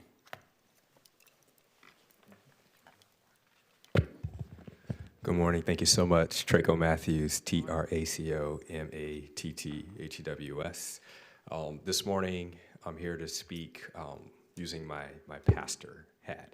First of all, congratulations to your incredible father. 50 years is a long time to do this redemptive work. Amen. And I'm honored to just get to testify and vouch for the character of 2 parishioners who have had an impact through New Life, but really for decades in this community, and that is the Dickersons. What my brothers and the director have spoken to is work that you just don't really get to see on an RFP, and that is redemption, a concept that I know all of you are very familiar with because of your faith. Redemption is hard. It's taking some of the most difficult, challenging cases, praying folks through, loving folks through, having a special patience. But you see the results. You see the testimonies. You hear them. And as a pastor, I have a monthly men's breakfast, and I've had several graduates, folks who have gone through the New Life program show up. And where they once were a drain to society, now they are productive citizens. That's hard to do. And New Life has been doing that for almost 20 years. And again, the work that the Dickersons have done in this community for decades has just been phenomenal. I believe that trust and an entrusting of any funds is predicated on 2 things. Yes, competence and the technical abilities of the entities that have applied for the funding, but also character, which again is very difficult to assess, to measure, but you have a track record of decades of results with the Dickersons. Last thing I'll point out is that these are recommendations. And so at the end of the day, you all are the ones that get to make the decisions on how these funds are allocated. And so at a minimum, I would ask that you relook at the work that New Life has done before voting to take a contract away that would devastate the local community. Thank you so much for your time. Thank you, Traco. Who else do we have on this matter? Good morning and welcome. Thank you, Madam Supervisor and distinguished members of the board. I'll cut my comments down from 2 hours to 2 minutes. Who are you, sir, and your name for the record? Michael Bowers. I'm not here to cast blame or question anyone's process. I'm simply here to ask for partnership and perspective. One thing I can say is that your Chief Probation Officer, Bill Dickinson, has been partnering with the community, and he has been doing exceptional work. He is really committed to this work, and I really commend him. One of the things I will say, for over 2 decades, New Life Recovery and Training Center, founded by Derek Dickerson, has been a pillar of hope for the justice involved here in Kern County. Derek himself, with lived experience, he's walked the road, but he's turned his life around. He's built one of the largest African-American construction companies here in town, working with major oil companies. These guys that go in this program, they get jobs immediately. We're talking about 54 beds here. And to Traco's point, all we're asking you to do is continue this to come back. We can't lose 54 beds. The state has launched this new program called Cal AIM. We've seen Prop 36. Now starting next year with justice involved, people will be able to start signing up for their Medi-Cal insurance 90 days prior. We've got to have a place to put those folks. And right now, it's tough to find bed space for the justice involved. It's but more importantly, it's tough to find space for justice involved people who want to get out, do the right thing, and go to work. And Mr. Dickerson has those jobs available. It's not a wait for 6 months. He's employing people right now. New Life, as I said, provides 54 sober beds and full wraparound programs, housing support, case management, and hands-on vocational training. It's one of the few programs that we have in town where you can leave with both sobriety and a paycheck. Losing this funding doesn't just close the facility, but it dismantles critical infrastructure. And members of the board, this is critical infrastructure. It's critical infrastructure for our veterans, it's critical infrastructure for our foster youth, and it's critical infrastructure to help move people from poverty to prosperity. So our request is simple: to continue this matter, review the decision, and allow time to explore alternative funding. We're not here to complain, we're just here to collaborate. And because when we keep New Life open, we can change the trajectory of so many lives. And I want to thank you. Thank you, Mr. Bowers. Any other members of the public? Hello, good morning. Miss Lisa, MS.LISA, middle initial K, last name Pollard, POLLARD. Just a comment, I support everybody that came up and all of you we all know what to do. But just recently I've learned a new friend's son just got out of one of these places. I don't really have a clear understanding why, but he had no place to go afterwards. So I think there's a gap, and I think we heard it today, what's needed. And it was a good encouragement to hear what I heard just now. And I think it's encouraging for all of us. So thank you for your support and your efforts and what you can do to help our brothers and sisters in the Lord, our neighbors, and our colleagues, and our little puppy dogs. I think we need those animals also at these facilities, because it really makes a difference to have a little puppy or a cat even to hold. Okay, thank you. Thank you, Ms. Pollard. Any other members of the public who would like to weigh in on this matter now? Otherwise, I'm going to close the public hearing and return to the board for questions, comments, or ideas. Okay, I'm going to close the public hearing and return to the board. Supervisor Flores, you mentioned you may have some questions. Do you have some thoughts Thank you, Madam Chair, for everyone that has come out, and particularly those that have gone through the program and shared your testimony, which is not easy, but is heartfelt, and it really makes a statement as to the effectiveness of New Life. I just had a couple questions. I don't know if this should be directed for the representatives of New Life or for our chief. But my first question is, they mentioned they had been in operations since 2009, but how long have they held the contract for beds with the county? You know? Great question. Oh, thank you. Ma'am, yeah. Thank you, ma'am. And I'm sorry, ma'am, what was your name again? Raylene Doherty, I'm the program administrator. Thank you, Ms. Doherty. But we've been accepting contracts for 2009 or 2010, ever since all our funding has come from AB 109. Got it, okay, thank you. You're It's welcome. very helpful.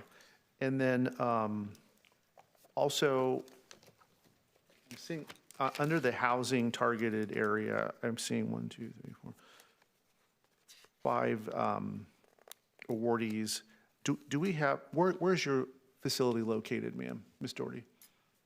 We're at 3501 Edison Highway. Edison Highway, okay. Yes. Thank you. And then, so for the southeast area of our county, of the city, who do we have filling that gap into the housing targeted area of prospective awardees?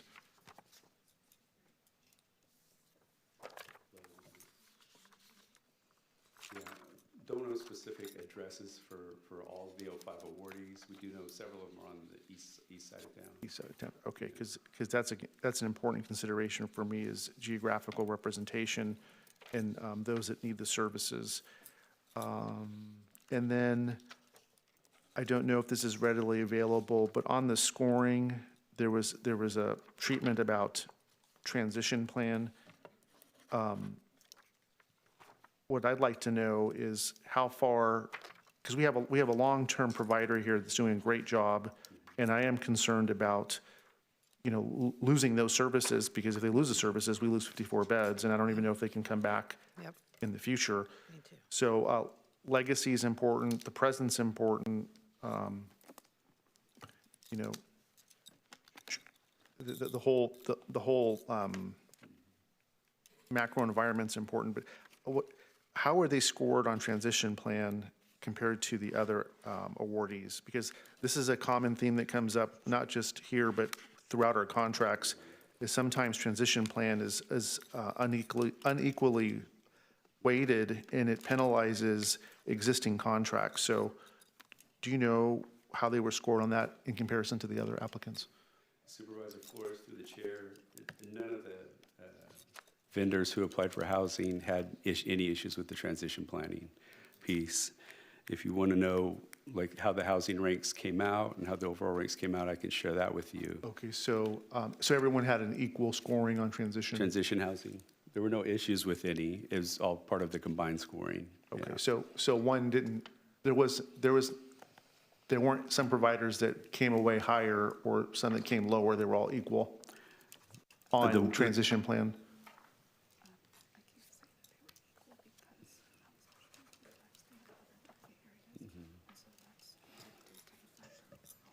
Okay. They were all relatively even, Supervisor Flores, through the chair. We can't say specifically because, like New Life, they applied in a couple different areas of the 4 I mentioned, and so those scores came over cumulatively. So there weren't vast differences between the scoring of any of them. And then, we do have weighted consensus scores if you are interested in that. how, are you able to tell me how, what the gap was between New Life and the cutoff point? Yes. So in the area of housing, there were 7 vendors who applied. New Life's overall weighted score was 88.6, and it ranked 7th out of 7 as an overall weighted score. Okay. The lowest ranking vendor that received an award, overall weighted score was 92.9. Thank you. That's what I was looking for. Thank you. Very helpful.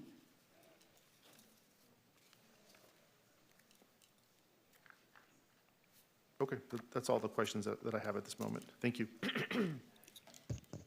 Supervisor Flores, thank you. You know, Chief, first and foremost, I think you're absolutely excellent, and I continue to believe that. I guess where I'm at now is I am very concerned about the loss of this bed space in the larger apparatus at play. Now, I want to state for the record that I have not spoken to this group in years, up until last week when we sat down to talk about what happened here. I want to state that for the record. While I was involved with them, sat on their board 15 years ago, and I'm familiar with their work because I care so much about what they do, we are not familiar and close, and I want to state that for the record, though I have profound respect for what they do.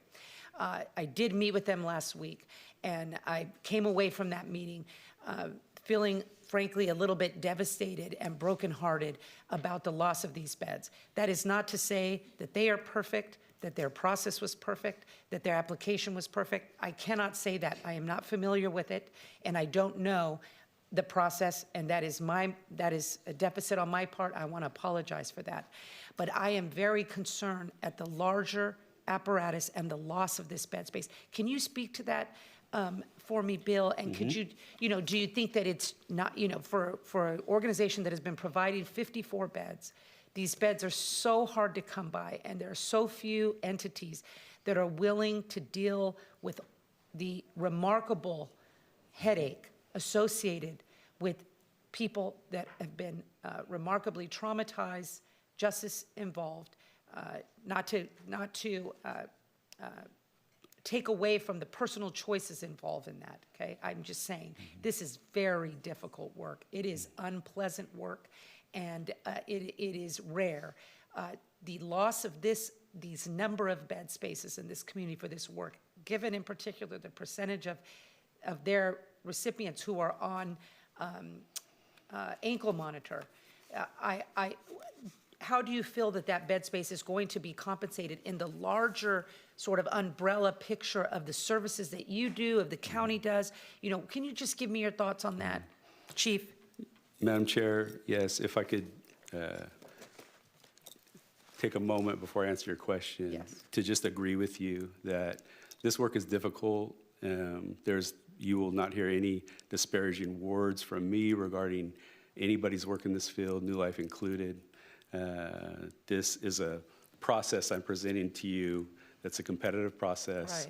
Right. It's run through the county. This comes up every 3 years, and it's competitive every time because it has to be. It can't be, what we want. It has to go through a process so that it can be fair and equitable to all. Understood. So just like the others have said, I respect everyone's testimony here, very much respect the work being done, and wish it could continue. As I said in my presentation, if we were to fund everything asked, we would need 158% more dollars to do so, and it's not there. The $8.5 million set aside for this CBO fund will exceed the annual allocation for the CBO fund as part of the annual plan. This year's allocation for that part of the plan was $1.7 million. And so the CCP and ultimately the board, through approval of the plan, decided 8.5 was a good number. We have a CBO fund that we can dip into a little bit to cover the extra costs that may come should our revenues not increase over the next 2 years. So we're already a little leveraged against the annual that we're receiving this year, for sure. Okay. With regard to the loss of beds and bed space, I just want to reiterate, I understand this will be a loss of beds to New Life. What the evaluation committee presented was an increase in bed space by 3.5% by going through this proposal. I can tell you, New Life's proposal came in at a higher cost than any of the other housing proposals. Okay. They came in for year one at the second highest bed rate, only behind a specialized home. New Life was the only one who had an escalator each year to increase their bed rate. By year two, they'll be the highest. So it came down to, for this committee, to determine how can we make the most efficient use of the funds that they have available to serve the most people as effectively as possible. And the plan they came up with, just for example, the current cycle, 2023 through 2025, total bed days, 152,205. This new cycle would see 157,533 beds, a 3.5% increase over the 3-year cycle. And currently, prior cycle, 2005 bed days to service approximately 845 individuals for 180 days each. The proposed 157,533 bed days to serve approximately 1,050 individuals for 150 days each. And so this is not, like I said, this is not in any way, shape, or form to denounce the great work that New Life does. This came down to what's important in the community. What was important in the community is getting additional bed space. So the loss of 54 that you say is specific to a program, but not specific to the CBO program, if that helps. That's helpful. Can you make any recommendations, Bill, as to how we can, try to, I understand with the money that we have and with the process that has gone forward, that we are where we are. I appreciate that, and thank you. You've articulated that very well. Do you have any recommendations moving forward to, how we could potentially not lose the bed space? It sounds like at the cost that has been proposed, that it doesn't seem sustainable with the dollars that we have. I get that. What else can be done here to, maintain or manage the bed space availability, or is that a loss? Do you have any ideas there, Bill? Well, through the CCP, I don't have any recommendations for you because the budget is set and it's tight. And like I said, we're already exceeding the annual allocation for this program and dipping into the CBO fund. And so for me to go back to the CCP and recommend dipping it into it even further, I don't think would be prudent, given that we'll probably have to dip into it in the coming years as well as costs of things go up. Okay, understood. So as far as the CCP goes, outside of that, there's probably any number of things at the board's discretion to look at. Okay, thank you. Supervisor Flores. Thank you, Bill. Thank you, Chief. And then under the targeted areas where we have housing, education, case management, and evidence-based practices, what are the amounts of these respective targeted areas? And are they set in stone, or do you have flexibility to move that around? Because I see that housing's so important, we get there's 3 other categories with essentially one vendor. I'm just curious, what's the breakup of these 4 categories in terms of financial amounts? Yeah, Supervisor Flores, through the chair, the evaluation committee did take that into consideration. They increased, of the initial allocation, they increased housing by 9%, decreased education vocation by 6%, decreased case management by 3.4%, and increased other EBP slightly by 0.4%. What that looks like in real numbers is housing went from 6,375,000 to 7,140,803. Education, vocation, and employment went from 1,020,000 down to 509,414. Great, thank you. And case management went from 595,000 down to 305,649. And other EBPs is the one that went up by 0.4% from 510,000 to 544,134. Okay, well, I'm very impressed with your adjustments and how you looked at all 4 categories and did what you did, so thank you. Sir.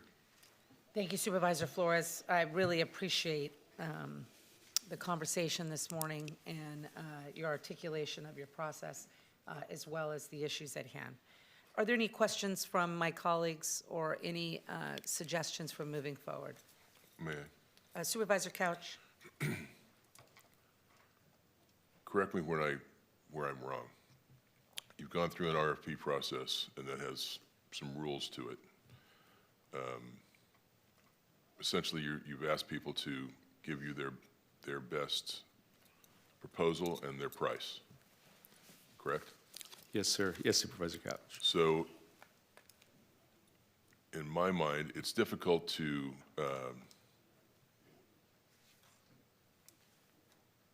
not conclude that that isn't the appropriate way to go unless, and Supervisor Flores brought it up, and so I want you to drill down a little bit on this part. The scoring of the RFP. When I saw the two words transition plan, the hair on the back of my neck stood up because of my previous, not with your department, and I don't even remember which department it was, but a couple of times that has, and this is my opinion, not been handled. I'll just say it this way: I wouldn't have done it that way. So what I heard you say was there was a transition plan, but some people applied for more than one category. Is that right? That is correct. So did they not include a transition plan for each category of work? Or how did the transition plan play into each different category is a better question. I'm going to hand it over to Lindy May, if I may. She could probably speak to that directly. You good? Yes. Good morning, members of the board. Thank you. So for the vendors that did apply for multiple target areas, we did state in our just kind of general instructions with the pre-proposal meeting to make it very clear that they are applying for multiple target areas. And so for the vendors that did do so, they did detail transition plans for each target area. Okay. As it pertains to housing, none of the vendors had an issue with transition plan. The transition plan was a factor for some vendors in the other target areas, but not housing.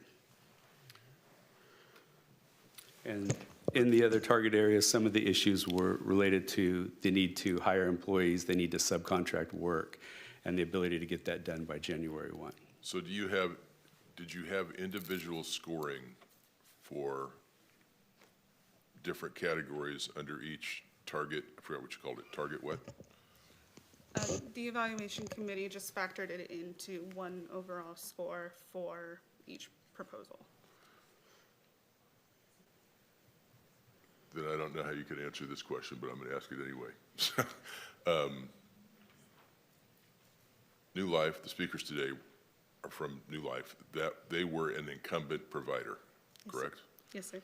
So in the past, where we had issues with this, where I thought it was not, could have been done better, it was that the incumbent provider, because there was no transition, if they became the chosen provider, were marked down on their transition plan because they didn't need to have one.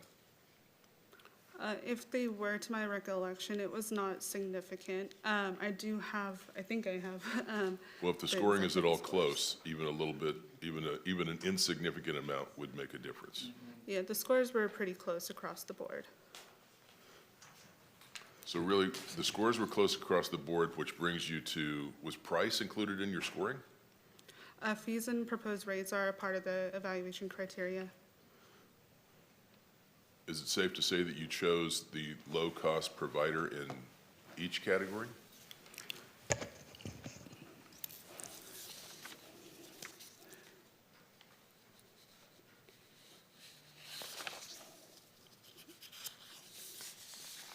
Or how did you choose? Yeah. Supervisor Couch, not necessarily in each category was the low provider chose. In other EBPs, for example, the awardees, Garden Pathways and Steps, were not the two that were the lowest cost proposals. Garden Pathways was the highest scoring, and they were the second lowest cost proposal, and Steps was the fifth highest scoring, and fourth highest cost proposal. But the reason is STEPS is they have a unique set of programs that they run, the Get Your License Back program, that opens avenues for all kinds of other things. So the committee felt as though awarding them would be appropriate at that level. I don't know enough to not support your recommendation. What happens if you need more beds than the beds that you will be funding here? Will we just not have them, or can you turn to New Life? And I recognize they have X amount of beds, and they might not want to deal with a handful of beds at a time. But In the Supervisor Couch to the chair, sorry if I cut you off. In the past, when there's been... It's better if you cut me off before I make a fool of myself.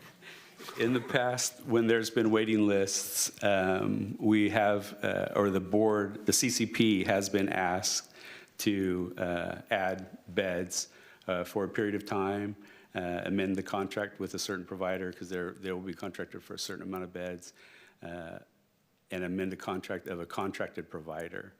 To my knowledge, we've not chosen a new provider that we weren't already contracted with to add additional beds, but I might be wrong on that. So the other providers would be able to flex to a larger number of beds? I didn't know that was going to be possible.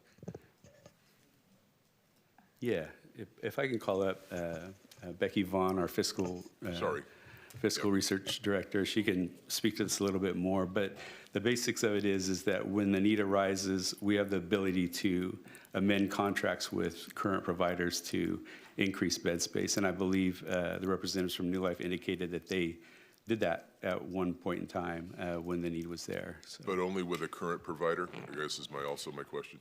Well, otherwise it would require a whole new contract. And yes, I'll turn it over to Becky. Actually, we have, it's rare though, Becky Vaughn, address the chair and the supervisors. And to your questions, Supervisor Couch, which are all great questions, is just a little bit of background. I've been doing this since the beginning, so I have a little bit of background in it and hopefully shed a little bit of light. However, the CCP is a 14-member group that can decide to, and has, where we did have a wait list about a year or two ago where it was actually got quite extensive. And that can happen with legislation happening, the flow from, the facilities, the criminal justice facilities.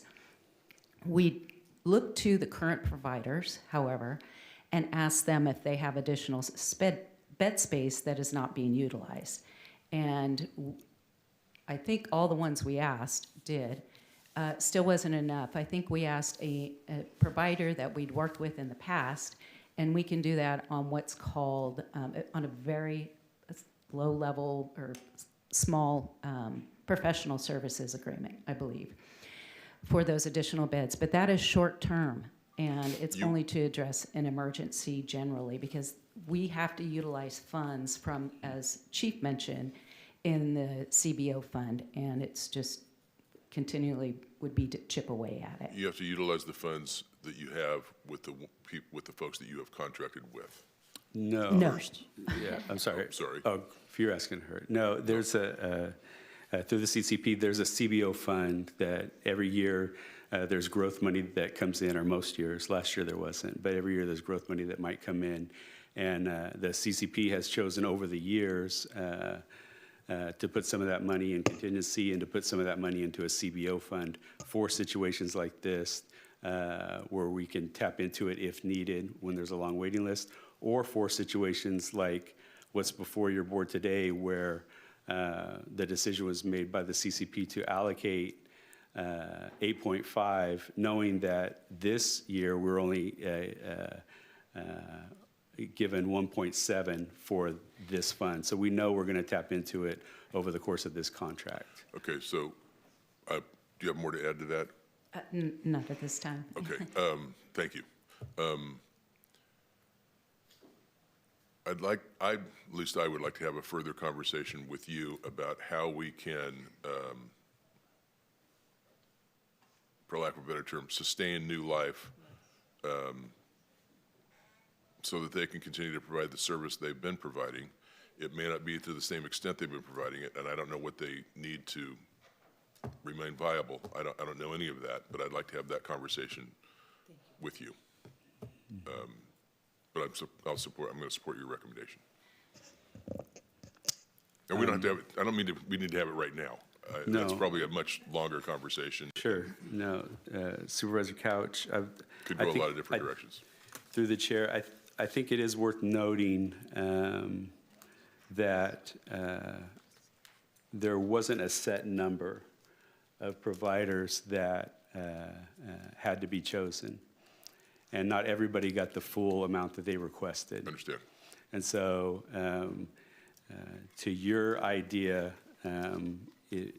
the idea to pull New Life into this plan would mean to take that same pot of money and pull from other applicants who scored higher, came in at lower rates, and it would reduce the increase in bed space that is the proposal before you. But outside of that process altogether, if you and I wanted to have a conversation, I would be glad to do that. Yes. Thank you. Thank you so much, Supervisor Couch. I too would like to have that conversation. You know, I respect you so much, Chief, and I respect your adherence to your process, and I trust you entirely.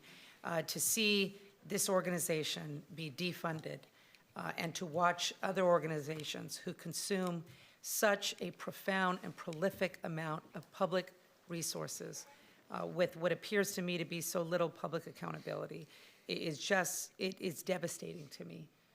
It's devastating to me. And I realize now that there isn't much I can do about that, but I'm just astonished to see this occur. And I want to work with New Life. Supervisor Couch, you are so gracious and brilliant as usual, and I would want to do everything in my power and Supervisor Flores, thank you, to see what we can do to sustain the bed space and the work. Like Supervisor Couch indicated, I don't know what that looks like and what that means moving forward, but I am with such a heavy heart going to proceed forward with this morning, but I just want you to be encouraged and to please know we have every intention of working with you. If you have Supervisor Couch's support, you're in a good position. I assure you that. With me, you know, it's up in the air. But Supervisor Couch is a big voice, and he is a brilliant arbiter of numbers and creativity, and Supervisor Flores as well, who I think very highly of. So I will move forward. Oh, Chris, Supervisor Parley, I didn't see you just till now. If you could, it looks like you want to weigh in as well. I see the CAO maybe has some input. Madam Chair, yes, I've just punched in. We would like to be part of that conversation because we think that potentially there might be some other resources identified that might be useful for this. So if we can be included in those conversations, obviously this is a great community asset, and if we can help find some funding, that we would try to do that. You are so marvelous. Thank you. And we don't know again what that looks like or what that cost could be. We have to be creative moving forward, but I think you see and I hope you feel a lot of love and support from this body. We believe in you, and I think we need to be creative moving forward. But I promise you, if anybody can make the numbers work, it's Supervisor Couch. He's quite the numbers genius. And of course, our CAO, who appreciates you so much. And to my chief, who I frankly adore, admire and respect and love the work that he does. Thank you again for your professionalism, for your fairness, and for your presentation today, which I think was exceptional. Supervisor Parlier. Thank you, Madam Chair. Chief, I'm sitting up here looking at the other providers and just mapping kind of anecdotally where they're located. So where New Life is located, it's really on the east end and really borders my area. And I'm concerned with transportation with people to get to facilities and when to release. And a lot of times where their homes or networks are is important. So losing New Life on the east end when all the other facilities look like they're closer to the core of the city, I think is a detriment to people and services. And if we go forward, hopefully New Life, there's availability to come back with them. But that is important to me, that we have something towards the east side of the county a little bit too, just for transportational needs also. Thank you, Supervisor Barlier. Thank you.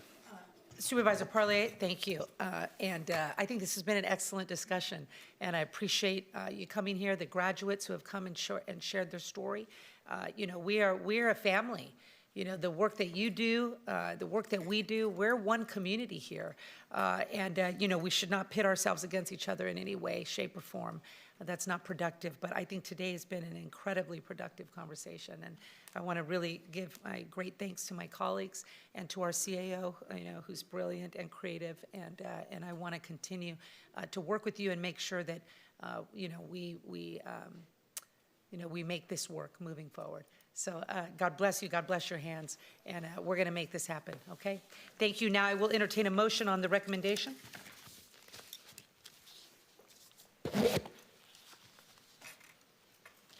Colleagues? So moved. Thank you. Supervisor Couch, we have a motion and a second. Please cast your votes. The motion is approved. All ayes. Thank you so much, Chief. Appreciate you and your team, everything that you do. Thank you, Madam Chair. Okay, we're going to move to the last agenda item this morning, which is a somber but important report, and it is, item number is this? 30. Thank you. Item number 30, a report on our child death review, from our child death review team, our 2024 report. Thank you so much for the work you do and for preparing this information for this body. The floor is yours.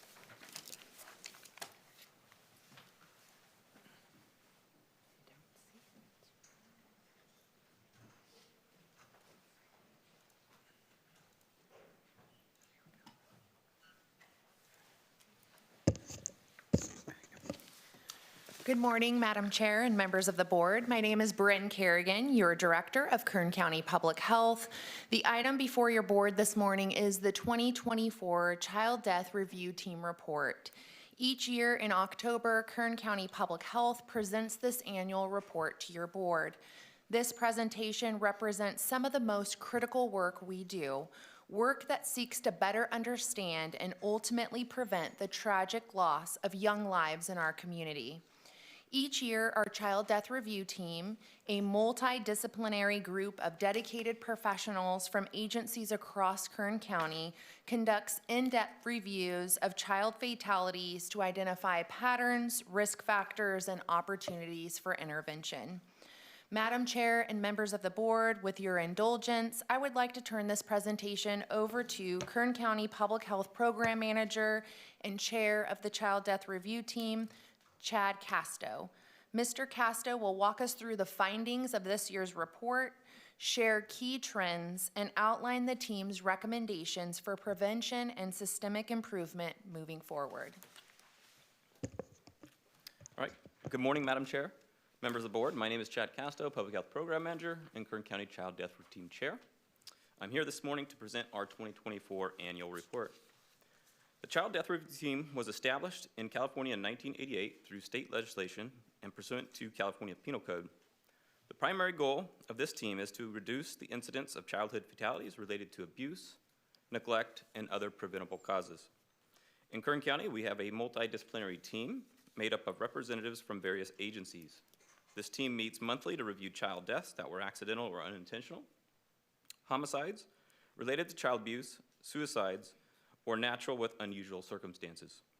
The purpose of these reviews is to identify deaths that may have been preventable, report on such deaths as they occur in Kern County, identify any systemic gaps, and implement recommendations to help prevent similar fatalities in the future.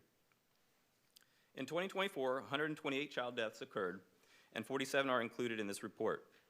Of the 47, 17 or 36% were determined to be accidental, 7 or 15% were determined to be homicide, 8 or 17 were determined to be natural, 6 or 13% were determined to be suicide, and 9 or 19% were undetermined. Throughout this reporting period, accidental was the leading manner of death. However, Kern saw a 32% decrease in this manner of death from 2023. In 2024, motor vehicle accidents were the leading cause of accidental deaths, accounting for 10 of the 17 deaths. This is 23% lower than 2023. In 2024, there were 6 accidental deaths due to drowning, marking a 200% increase from 2023.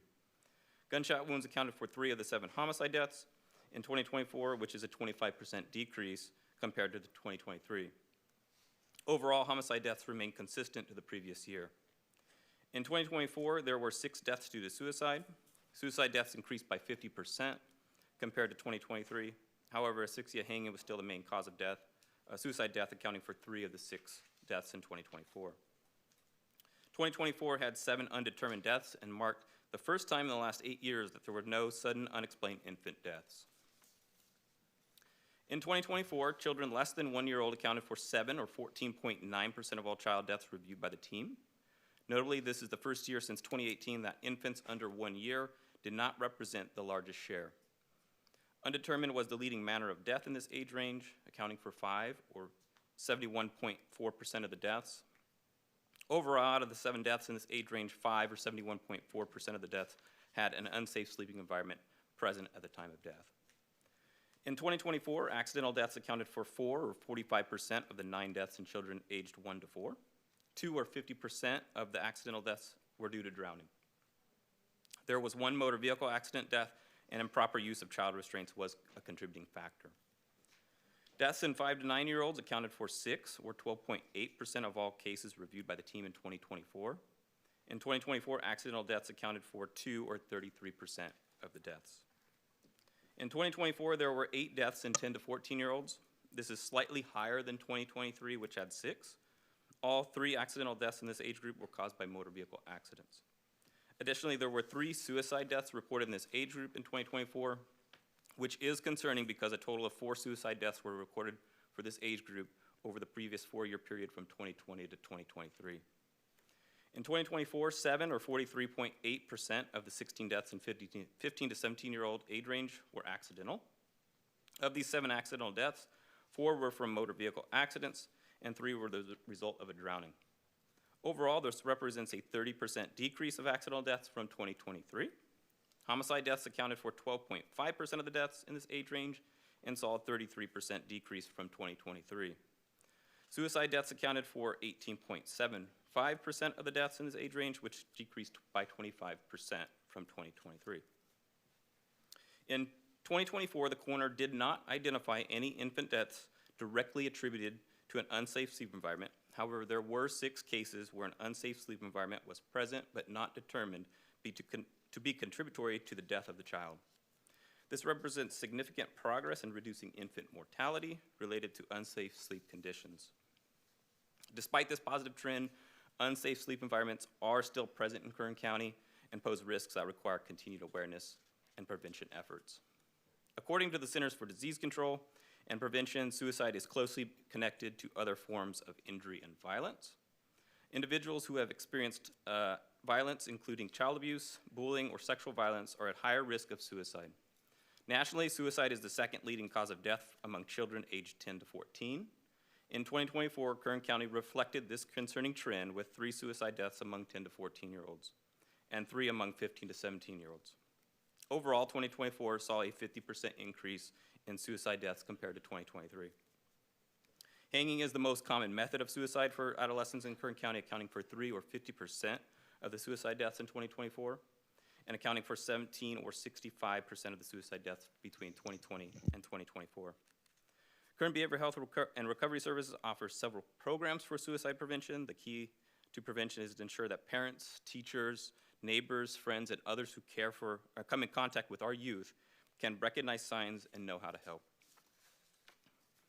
According to the Centers for Disease Control and Prevention, over 150 people die every day from overdoses related to synthetic opioids like fentanyl. Fentanyl is 50 times stronger than heroin and 100 times stronger than morphine. It is a major contributor to overdoses in the U.S. Here in Kern County, over the last 5 years, we have had an average of 1.88 deaths per 100,000 children. This is 91.8% higher than the average rate in California and 135% higher than the nation. While child fentanyl-related deaths in Kern County have risen over the past 5 years, In 2024, we are encouraged to report that there were no fentanyl-related deaths among children. Over the last 5 years, 15 to 17-year-olds age group has been the most impacted age group, accounting for 67% of the fentanyl deaths, and Hispanics were the most impacted race, accounting for 50% of the fentanyl deaths. Kern Behavioral Health and Recovery Services offers Narcan at Kern County Libraries and offers a free program for organizations that conduct outreach to high-risk populations. This program educates participants on recognizing warning signs of opioid overdoses, how to administer Narcan, and how to engage active substance users. Additionally, Kern County Public Health distributes Narcan and provides training for bystander response to an opioid overdose free to the community. The following recommendations are the result of the Kern County Child Death Route Team's work from 2024. Number one, increase community awareness, education, and resources related to the association between unsafe sleep environments and sudden infant death syndrome and sudden unexplained infant death. Number two, decrease the incidence of child suicide through raising community awareness, early identification of signs and self-harm, and developing resources for those at risk of suicide. Number three, reduce childhood drowning deaths by increasing community awareness of water safety and the potential drowning dangers of pools, the Kern River, and other bodies of water. Number four, increase awareness of signs of abuse and neglect and promote resources that are available when abuse and/or neglect are suspected. Number five, increase awareness of motor vehicle and pedestrian safety among adolescents. And number six, increase community awareness and education regarding the dangers of fentanyl and the importance and the usage and availability of Narcan. Madam Chair and members of the board, that does conclude our presentation, and we are available for any questions. Thank you so much.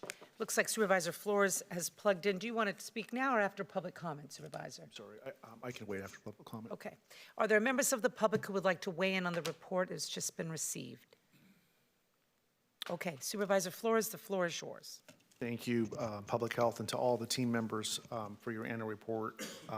Sobering, yet good news on the downward trend the last 5 years, but there's still work to do, of course, compared to the state and national averages. I did have a question on one category.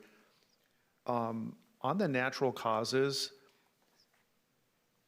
I think there were 8. Is that really, can we really prevent those? And are those unfairly skewing our stats? Supervisor Flores, to the chair. That is a great question. When the coroner gives us those cases, they usually see them as some sort of unusual circumstances that is involved.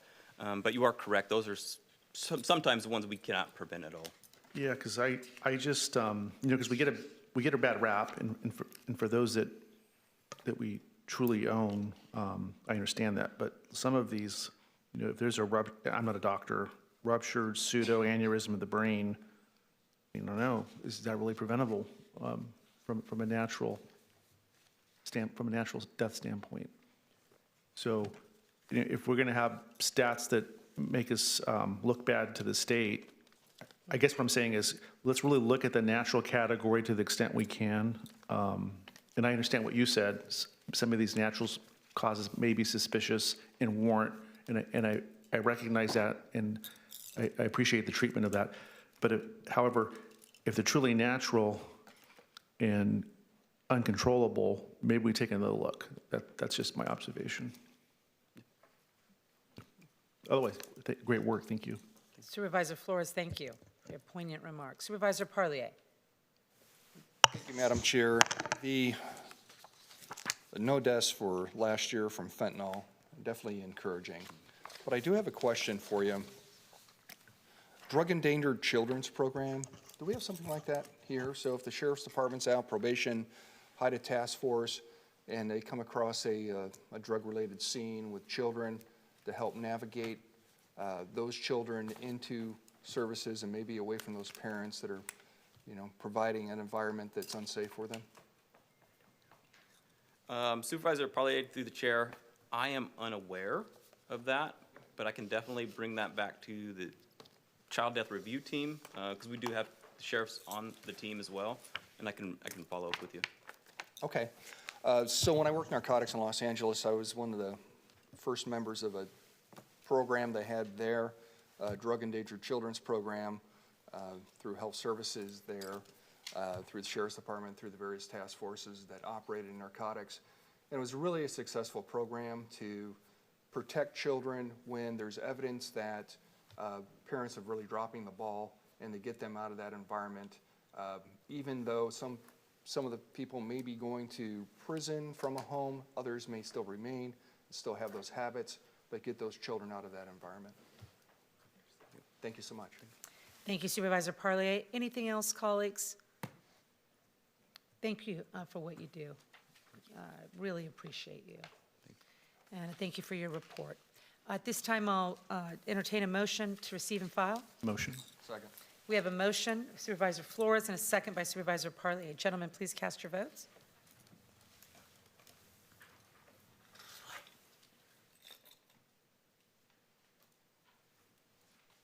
The motion is approved. All ayes. Thank you. Okay, we're going to adjourn to closed session at this time, and we'll see you back at 2 p.m. Jeff Flores, motion? Motion.